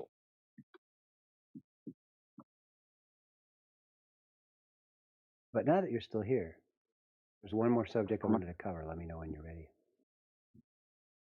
Trying to plug my phone in. I'm at 1%. Wasn't paying attention to the battery. Okay. Another downside to using your phone. Yeah. Okay. I should be good to go. Yeah. You're saying that telescopes have been modified to perpetuate the globe model. Yeah. And that people are seeing strange patterns or something. I think I've seen something about that. We're seeing entirely different entities. You're saying that these objects in the sky are not what we've been told, that they're some other phenomenon besides. That's right. Both stars and planets. Like, you know, the obvious ones that we look at are Venus and sometimes Mars. But a lot of the stars, the ones that are brighter, you're going to see a fair bit of footage from Flat Earth gangs over that, and that shit looks way different. There's a reason for that, and it has to do with what I was describing before about your tool.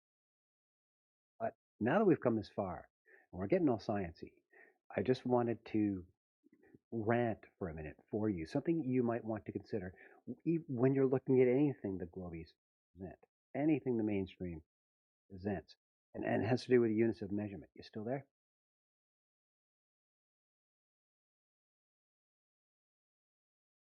Oh, my man, you got any energons left in that phone? Oh, wow. Strike two. You guys can hear me, right? Brother. Yes. Yep. Solid. Good, because it's usually me. Like on Friday nights and stuff, it's usually me that got the shaky Elon balloon link connection. So this new arrival. What's that? Nice Roblox champ. You might want to mute up there, buddy. Hey, Dylan, are you still there? No, we got an exclamation point on Dylan. Don't know what that's about. That means horrible ass connection.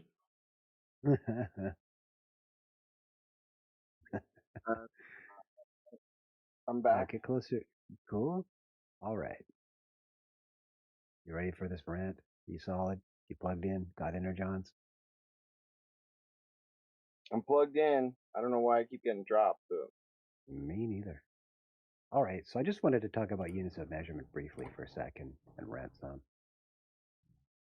Hey, Roblox, grab the mute button, buddy. Okay, so Dylan.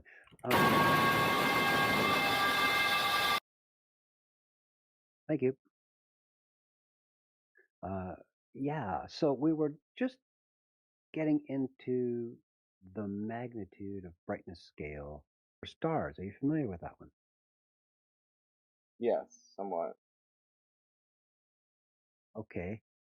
So if I've got two stars and one of them has an apparent brightness of 4 and one of them has an apparent brightness of 5, which one's brighter?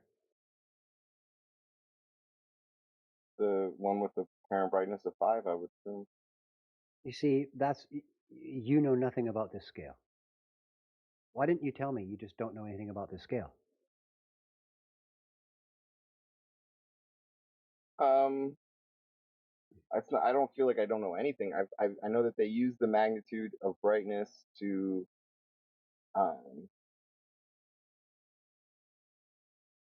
No, you clearly don't know anything about it. Let me answer it for you. The answer is wrong. The answer is 4 is 1.5 times roughly as bright as 5.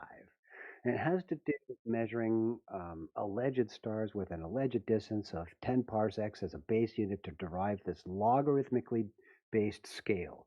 It's pretty harsh piece of math and extremely non-intuitive.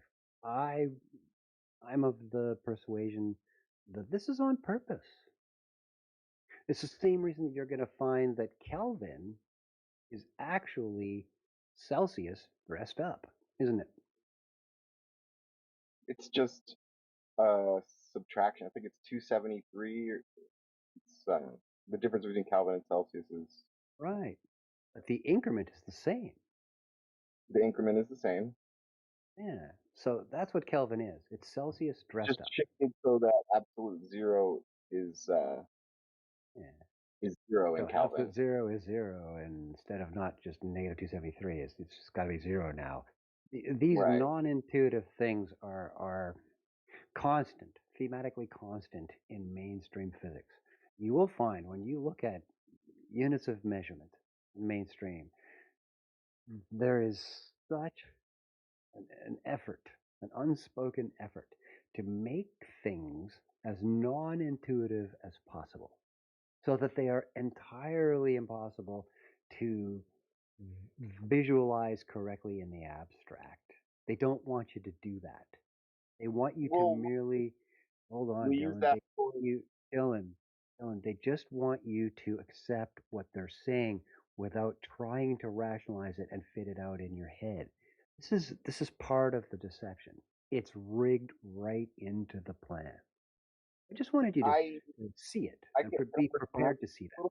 At that point, I mean, it's not the burden of the physics to be easy to understand for people. It's to be as descriptive as possible, and in some cases, it's trying to make it more intuitive. Like we use decibels for sound, and we use the Richter scale for earthquakes. Like these are other logarithmic scales, and it makes sense because the range that we're considering is so vast. So it's like actually, talking about actually orders not of the magnitude. That's actually not It's the orders reason. of magnitude. No, it has to do with the radial aspect of the measurement itself. The radial aspect of the measurement itself. Mm-hmm. What do you mean by that? I mean precisely that. With decibel, you're talking about sound radiating from a body, distance from the body, etc., in the medium, etc., etc., etc. All just and I forget the other example you just gave. It's exactly the same. The Richter scale? Yes, the Richter scale. Seismic waves, P and S, away from the ground zero point, etc. Radial, right? Okay, yeah, okay, now I understand what you're saying. Okay, good. Anyways, I'm just trying to open your eyes a little bit wider so that you're prepared to see that when it's happening. It's just something else to observe in mainstream. That's all. So it's 2:15 my time. I'm gonna have to call it personally. Thanks for having me, guys. This is always fun. Busting some kneecaps. See you, Stone. Always a pleasure. Will do, King. Catch you then, gang. Have a good one. Oh, see you. Hope to see you next Friday night. Get on X. Get on Twitter, Dylan. Find Bry and Kenbo. Find their spaces that they do Friday nights. Actually, it's all day Friday, frankly. And come by, listen to the dialogue. Maybe pick up a mic if you feel like it. That'd be fun. I'll try to check it out. Right on. And enjoy my videos. There's plenty. Should take you a couple of months. Catch you The later. Stone Man. Okay.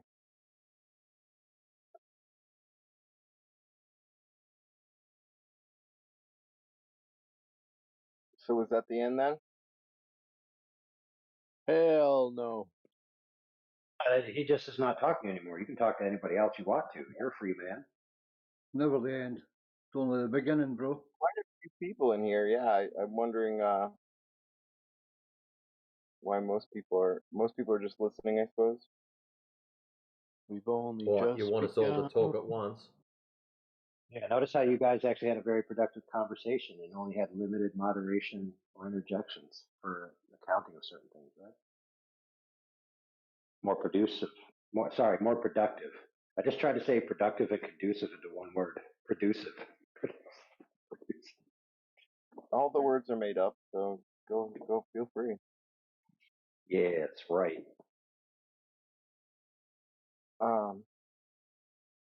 Yeah, I'm still pretty solid on the globe model though. I like to keep digging into the That's it. Kick him out. the cosmology side of things because like I say, with gravity and Gravity. Let's go right there. So check it out. Gravity means the Earth is flat. gravity means the Earth is flat. Okay. I mean, Yep. in the standard model, we have a pretty good explanation for it not being flat. So I'm not sure why. So in the How so? standard model, what's your explanation of it not being flat using gravity?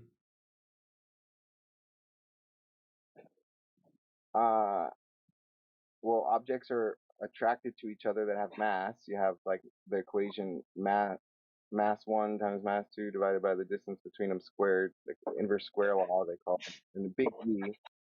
And then that inverse square law, that's one of the reasons Newton invented calculus, supposedly. That's the way the story goes, is he took Kepler's observations of the elliptical orbits and he had to invent calculus in order to show that bodies that were attracted to the square law would necessarily produce elliptical orbits.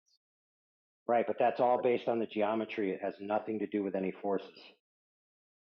I'm just saying it seems like a coherent, consistent. I nailed it. I'm learning. Right, so Newton didn't even believe in mass attracts mass, friend. That's attributed to him, but he said in his own words, don't attribute it to me. He said anybody who thinks that that's true is not in possession of a competent set of reasoning faculties. He said what? Yeah, that's what he said. He said that anyone believes that. Yes, he said that an idea that mass reaches out to affect another mass without any medium of arbitration is to me so great an absurdity that no man with a competent set of faculties of reason would believe such a thing. That's what Newton said. So Newton was so smart. See, check this out, bro. Newton was so smart he could entertain an idea, even do math for an idea, without accepting the idea to be reality. I do think that delving into the gravity issue is the mechanism for gravity is sort of out of the scope of this necessarily, but no, it's exactly in the scope because I told you gravity proves the Earth is flat. Why do you think gravity proves the Earth is flat? It's easy. So gravity depends on what you mean by that, but I'm going to assume you mean the common observation of things being attracted to the Earth when they're falling. I know, but I'm telling you. Okay? Okay, so I'm telling you. So, the common observation, things move towards the Earth when we drop them. Unless they're more buoyant in the medium that they're in, then they rise. But all things that fall down.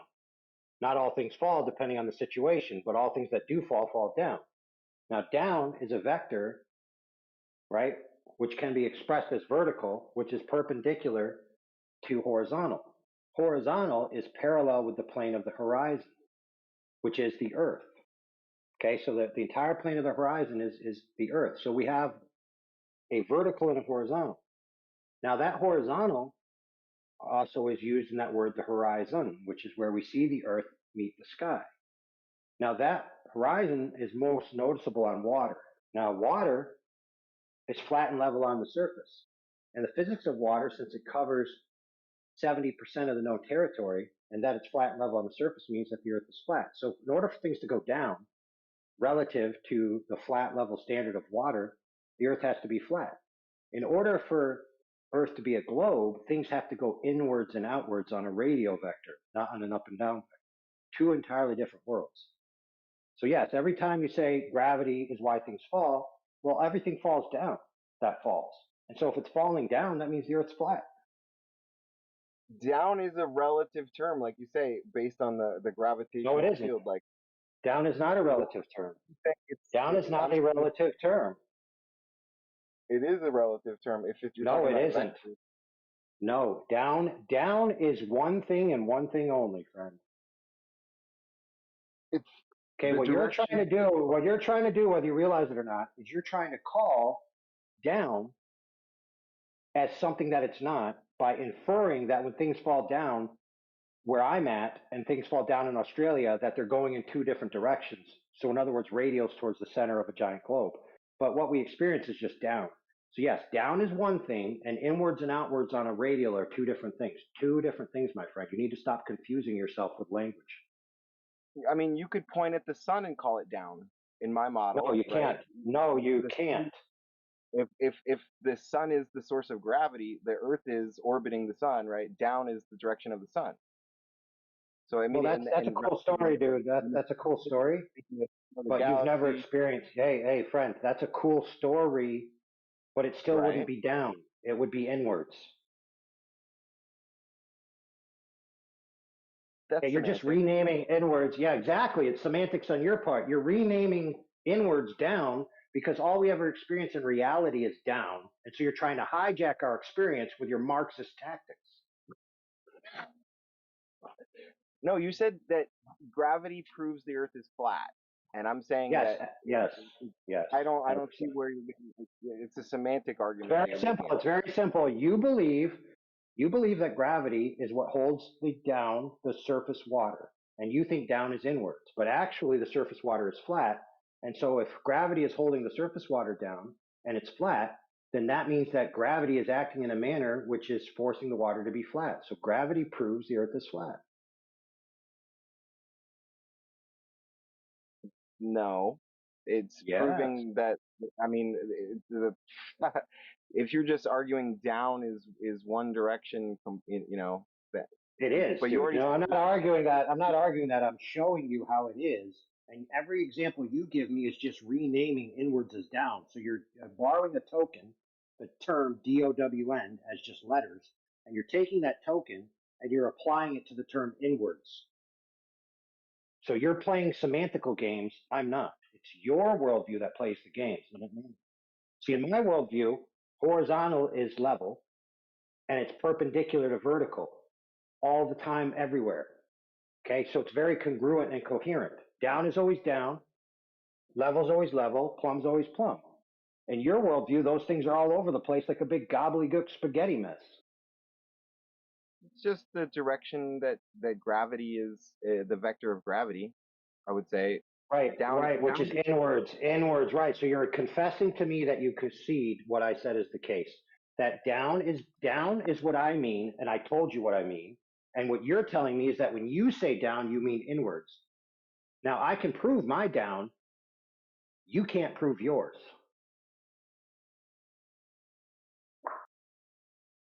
This is not going anywhere with me. Exactly. So here's how it is. Here's how it is, brother. Go ahead and prove. Listen to me, friend. Do this. It's very simple. Prove that when I drop my pen and it's falling down perpendicular to horizontal to the flat ground, that it's actually traveling inwards to a giant ball. Go ahead, prove it.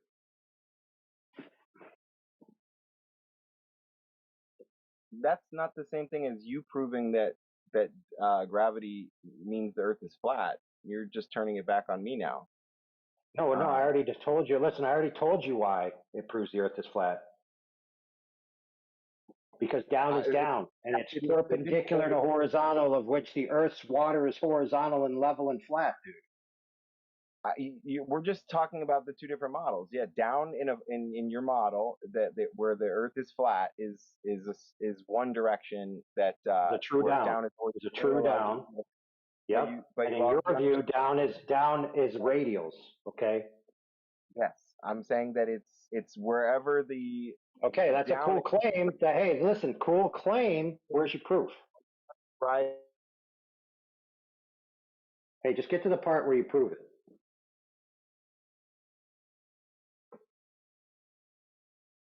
Anyway, you're breaking up again. Mic check 1 2. Bippity boppity boo. Yeah, bro, you're loud and clear. I'm kind of curious still, and I don't know if you can hear me or not, but you mentioned that about the sun being down. You could refer to the sun as being down. I'd like to know, when have you ever pointed down towards the sun?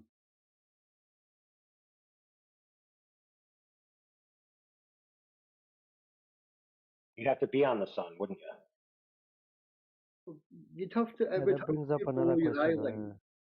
Technically, like anything below the horizontal is a reference of down, although it's not.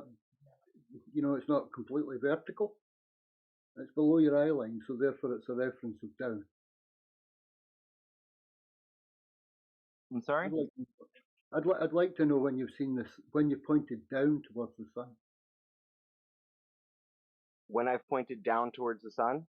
Yeah. I'm saying that's what I'm saying. It's relative. If you consider the Whatever Earth it is is. orbiting the sun, down is okay. towards Okay, friend.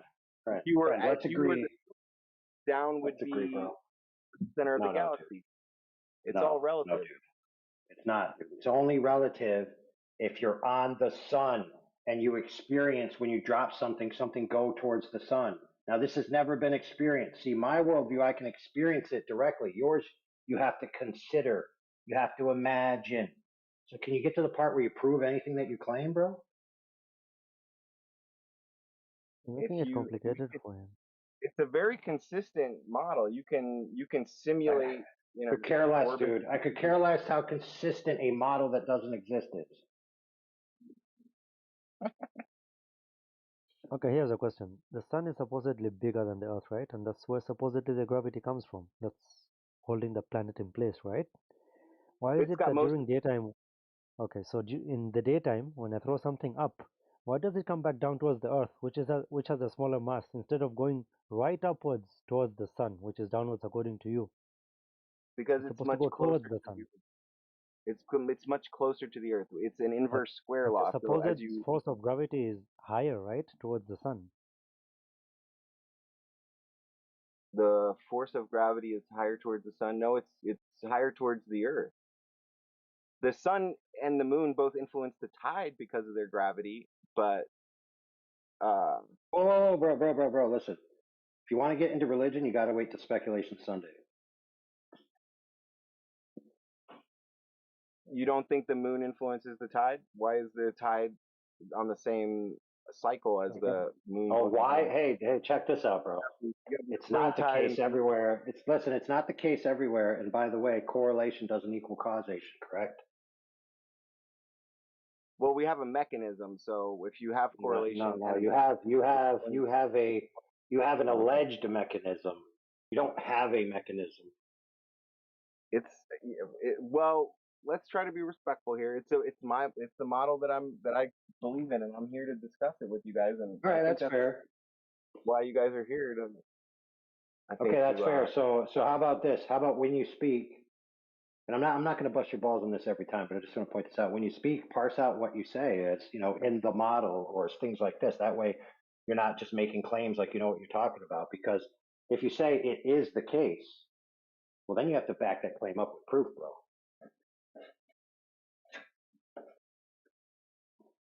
Follow? Okay.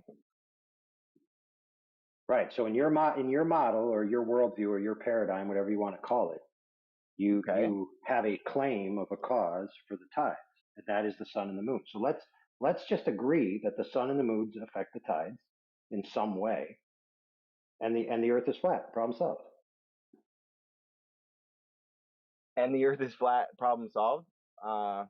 How would the Earth being flat preclude the sun and the moon from affecting things on the Earth? Think about it. Makes no sense. Of course, the sun could still affect the Earth if the Earth was flat. Now, keep in mind, I told you gravity proves the Earth is flat. I didn't say. Go ahead. Down. You're saying gravity is only acting downward, whereas in order for the sun and the moon to be influencing the tides through their gravitational effect, I never actually said that. I never actually said that, did I?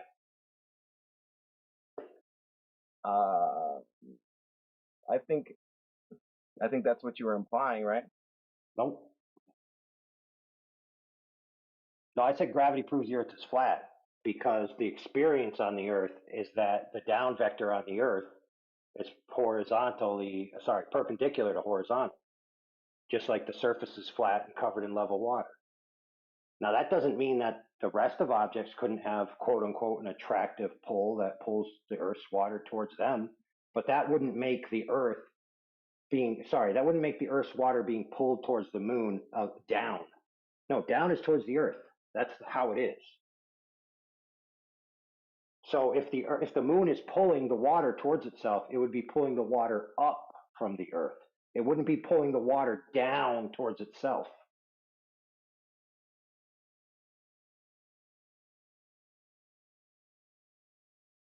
Okay, so gravity doesn't prove the Earth is a globe, and it certainly doesn't mean that the Earth can't be flat.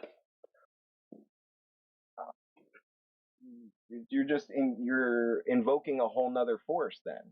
So gravity is always acting downward in the way you described it. I didn't say that. I didn't say that, dude. You didn't say gravity is always acting downward? I said that everything that falls on the Earth falls down, vertical, perpendicular to horizontal.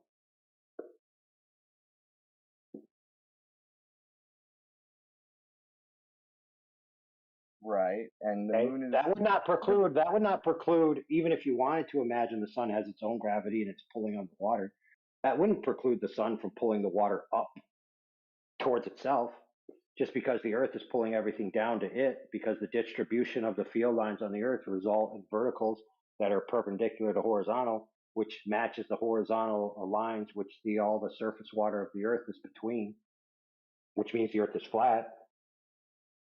You're describing... I'm trying to understand here what you're describing. What I'm describing is that gravity can exist just fine in any conception you have, and you have down on the Earth, which is perpendicular to horizontal, and then on other things you can have a different form of it taking place. So in other words, a gravity model doesn't preclude the Earth itself from being flat. Okay. It's more consistent in the spherical model for sure. No, it ain't. No, it ain't. Because I'll tell you why it's not. It's very simple. Why it's not is because the Earth is actually flat and not curved. So your model doesn't comport with reality.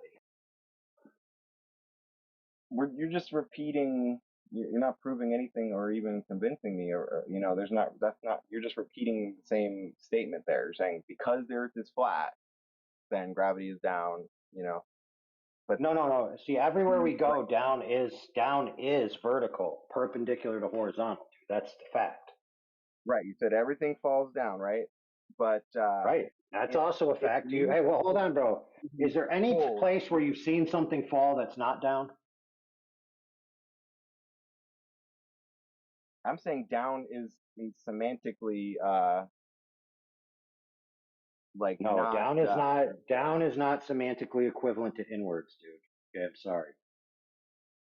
Oh, we're not getting anywhere if we're just kind of repeating our position. How about you demonstrate I didn't your just down repeat to my us? position. I made the claim that the water is flat, which can be measured. You're still talking in storyland. And I don't disagree with you that if you had a globe and it worked in the manner in which you said, that it may work that way. The problem is you don't have a globe. The problem is I don't have a globe. But then let's try to get back to that point where we're describing gravity as being down, and then there's you said it could be that the moon is causing the tides, right? but that it has some other force.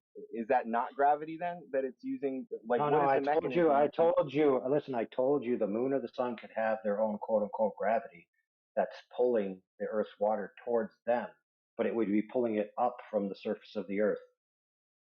Isn't that equivalent to falling? If it's pulling the water. No, it's not equivalent to falling. You're saying it, so it's gravity, but it's somehow different. I don't understand how you're putting that together. Because you think that if something's being pulled towards something, right, then you can describe that as down, and that would be a radial. But see, on the Earth we don't experience radials; we experience up and down. That's it. So the common experience is that the Earth is a flat, level, horizontal, stationary plane where all the benchmark of sea level is between two horizontal planes, and every altitude is measured from those horizontal planes, meaning that it's arranged in a line. It's not arranged in a giant curve that comes back around on itself.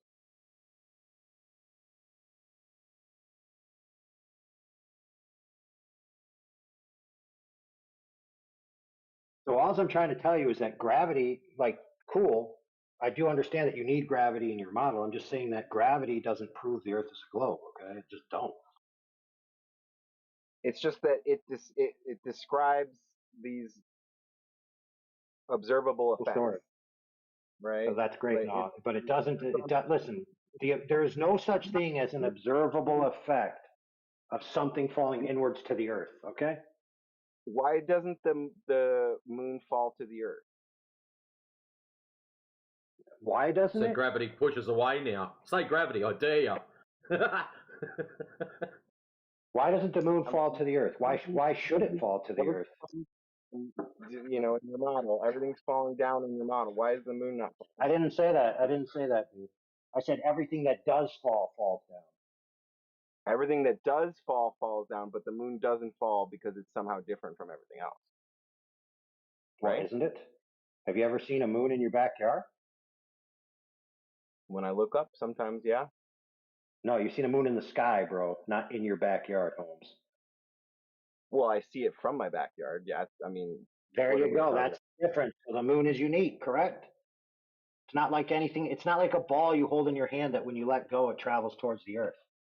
But do you see how that's less consistent? That's less consistent. No, it's perfectly consistent, dude. Because I don't need. See, here's the problem, friend. I don't need gravity to explain everything in the universe. Because see, the problem is you're trying to synergize everything, as if everything has to be under the same order. What if the things in the cosmos behave differently than the things in the terrestrial realm? Did you ever think of that? That would make no, because you were programmed. You were programmed to believe that everything has to work together. It makes sense to me that the physics. Okay, cool. So that makes sense to you. That's great. Now prove it. We call them natural laws, and you know they're pretty good at describing orbit mechanics pretty well. So when I say like gravity explains very well how you could have a body like a moon orbiting a globe Earth and the Earth orbiting. Well, yeah, I don't disagree. I don't disagree that you may have a quote unquote explanation. Okay. But what you don't have is actually a description of an orbit. You don't have a description of an orbit. You do have an explanation, but you don't even have a description in the first instance. You don't have a description of what's seen that could be validated to be an orbit. You don't even have a witness of an orbit. Nowhere in the history of anything. There's no orbit recorded ever. Did you know that? We see the moon orbiting the Earth. I mean, that's no, what you don't. No, you do not. Why don't you try this? This is an example. Now, this we used to have to teach kids, and you learn this in the arts. It's called draw what you see, not what you know. So when you actually see the moon, what do you see? I see a circle in the sky. What does it do? It appears to rise in the east and set in the west. Okay, true. Anything else that it does during the day or the night? Because it does do a few other things. Well, it goes through its phases that true. My paradigm are caused by the the. No, I don't care. I don't care. Stop saying caused by. Just describe what you're actually seeing. That's the see exercise. the various phases of the moon, in about a 28 cycle. Yep. And there's one more thing which you may not get. It cartwheels through the sky. So as it goes through the day, it kind of rotates on itself. So that's pretty good. Those are pretty good descriptions. Now, which one of those descriptions is an orbit? The rising and setting are the orbit part, where you see it. Oh, excellent. So seeing something travel over your limited field of view is synonymous with seeing an orbit. The answer is no, it's not. So you don't see an orbit. You do not see an orbit. I want you to agree with me that in order for you to say there's an orbit, you have to pull it up to an inference or something, but you cannot say that you see an orbit. Can you agree? I can agree to that. All right, perfect. We're using the observations and constructing a model that's consistent with the observations. Correct. That's the best case scenario, correct? That's all we could ever do. Well, I mean, unless you went from it. Well, listen. Hypothetically, you could go away from the Earth, turn around, and go perpendicular to the plane of the alleged orbit, and then you could witness the entire orbit. Correct?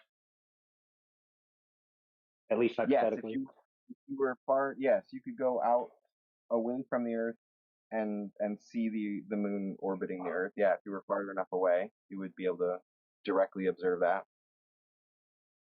Hypothetically, right? Hypothetically. Right. But from the Earth, all you see is the circle in the sky. Right. And then from the Earth, all as you see is flat, level, stationary Earth as far as the eye can see, and everywhere that you measure.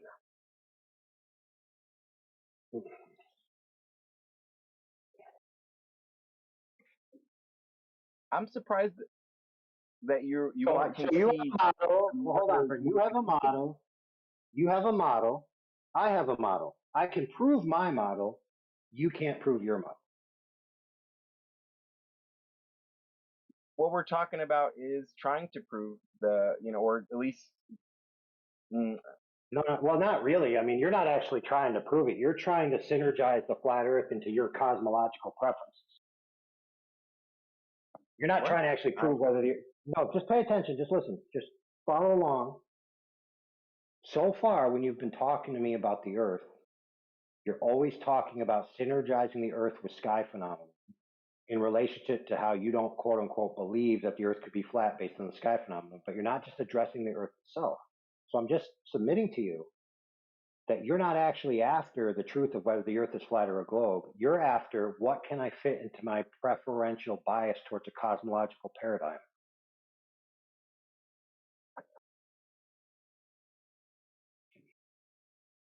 I think there's one truth, right?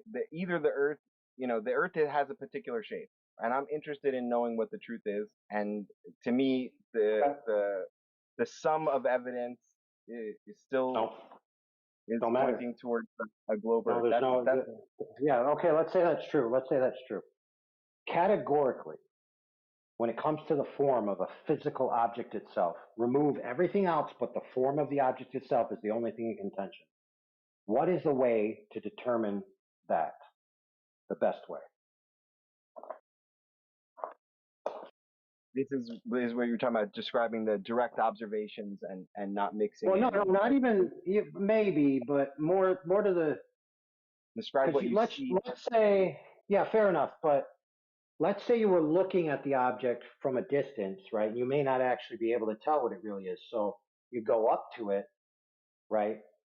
And then you really hold it in your hand, or you really measure it, or you really do something tangible to the object itself. So the moral of that story is that the form of the object is the form of the object, and the best way to know what it is to directly measure the object itself.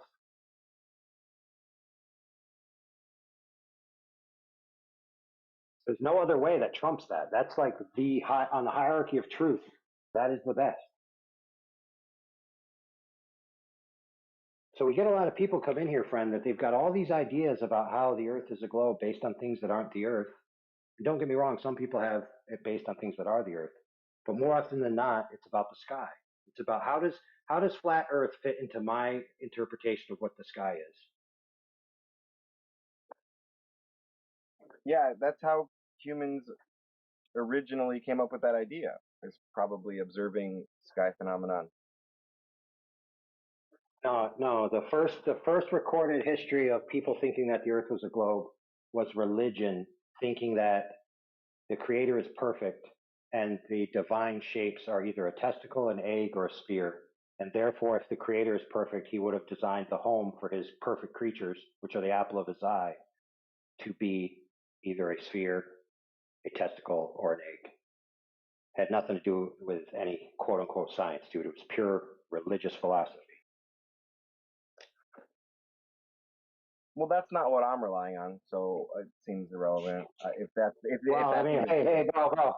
Listen, let's be clear. A lot of what you think you know about the globe paradigm is, and you think it's science, it's actually religion. Well, the story they tell us is, Copernicus and Galileo, and I mean, there's a story about these observations that people make and explanations for how things work. Whether it was yeah, but you know what's cool about those guys? Earth-centric model. You have to have like these elaborate orbits if it was an Earth-centered model, because you have retrograde. It appears that these planets move backwards. Yeah, I hear you. I hear you about all that. But guess what, dude? There's this book. Okay, it's called on the controversy between the two great world systems. It's actually like a written debate between these types of guys, Galileo, Copernicus, stuff like that. And the forward of that book says, quite frankly, that these men are just, they're expressing models based on kinematic displays and interpretations of the celestials that do not need to be correct or even represent reality. They just need to account for the motions. So even the guys back then were intelligent. Hold on, friend. Even the guys back then were intelligent enough to understand that just because I make a model that describes the kinematics doesn't mean I've modeled reality one for one. And then fast forward to today, and now everyone thinks, oh, models are real. Well, the difference is, that they were smart. Point where you have like we were talking about with gravity, you have equations, right? You have equations. Gag me with a spoon. In order to describe consistently like these patterns, right? So right, it's not and guess what? Guess what? An equation is just another form of model, dude. Right, but what is the alternative model that you guys have? Here's the flat Earth model, friend. It's very simple. There's two facts. Fact one, the Earth is not the sky. Fact two, the Earth is flat.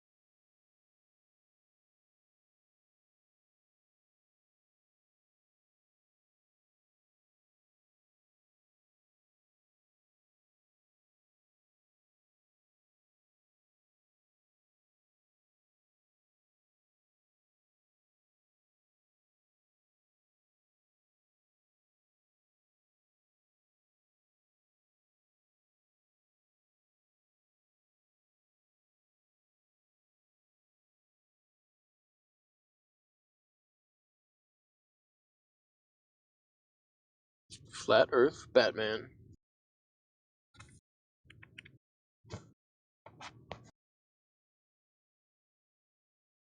Flat Earth Batman. Is this Mr. Batman?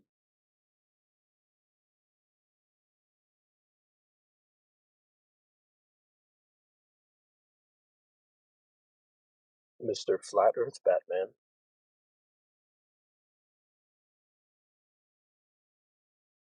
Hello?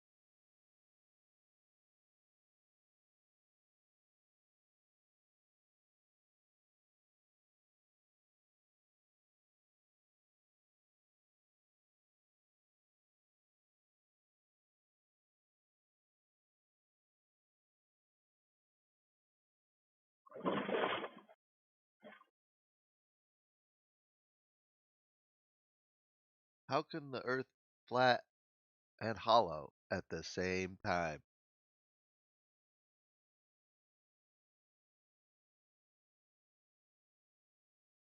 Who taught you that? Well, I was reading a Hollow Earth book, and librarian had cataloged it in flat/hollow Earth section. It doesn't mean that they're both. I just thought it was funny.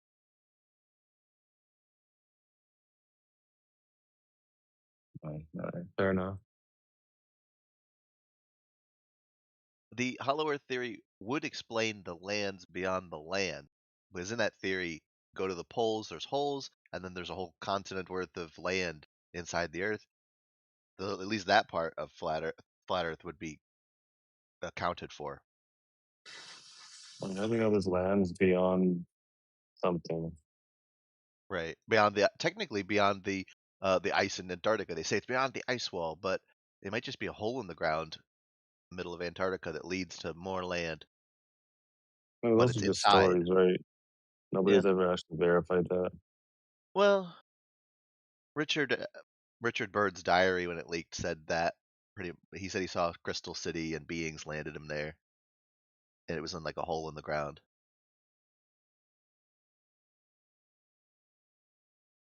But no admiral has said the Earth was flat.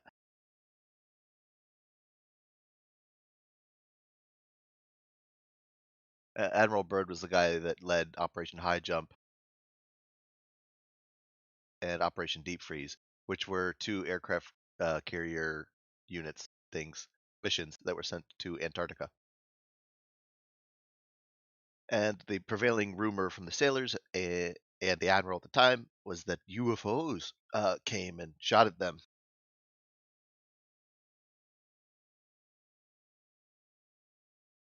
I don't know, man. It sounds like stories to me. Yeah, there was no rumor that the Earth was flat, though. There was rumors that there were UFOs.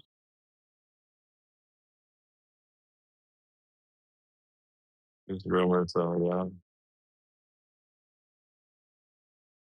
yeah. I think flat Earth is just a cover for inner Earth. I'm sure you can believe that. That's fine. But there's no verification of an inner Earth either. No, but there's far more substantiated rumors from accredited individuals like admirals than flat Earth has. No, those are just rumors. What the heck? And there's You can no actually just measure the surface to there's no determine that it's flat. There's no rumors needed. there's far more rumors for Hollow Earth, but there's no channel in the politics discourse called Hollow Earth theory, right? It's just 24/7 flat Earth theory with no backings, no grassroots books that write about it. There are dozens of books written about Hollow Earth that are from accredited authors with real good sources. None for flat Earth. No, you don't need books. You don't need people talking about it. You just need the measurements.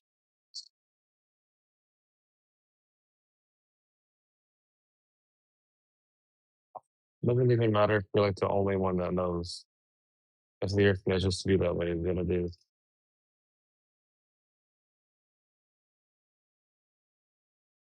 I have never met a flat earther that wanted to talk about UFOs, weirdly enough, which is like the oldest conspiracy topic of all time. And that's why I say it's a cover for it. Because UFOs are not the Earth. What do you mean? What? UFOs are not what? The Earth. They're not the Earth.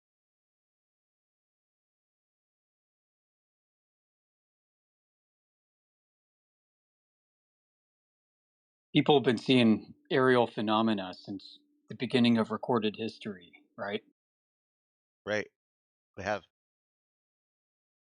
I tend to think that whatever these things are, they change how they appear in order to conform to the spirit of the age. So, for example, we have a technological age now. So these aerial phenomena are presenting themselves as technology. Before, it was fairies and trolls and all kinds of mythical creatures. Ships, like with sails too, is what Jacques Vallée said. You're right. They have changed their appearance as we grew. Yeah.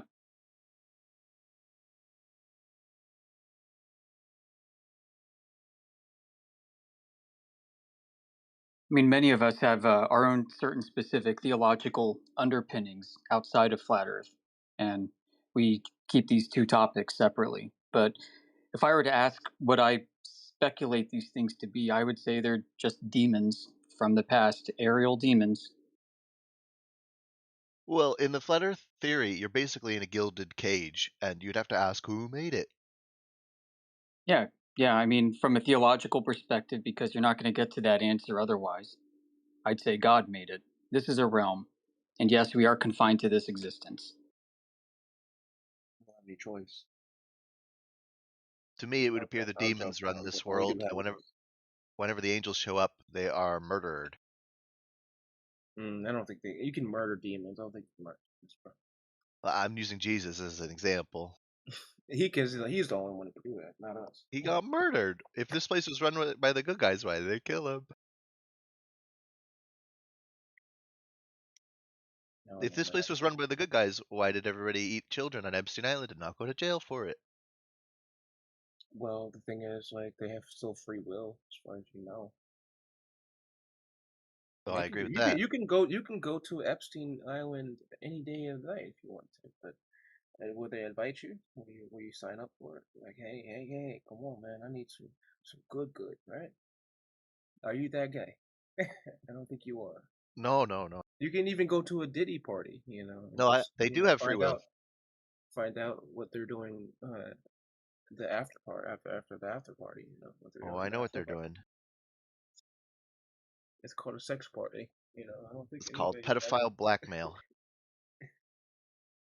And you don't rise to the ranks of power unless you get filmed doing the blackmail with a child, so that it can hold it over you and control you.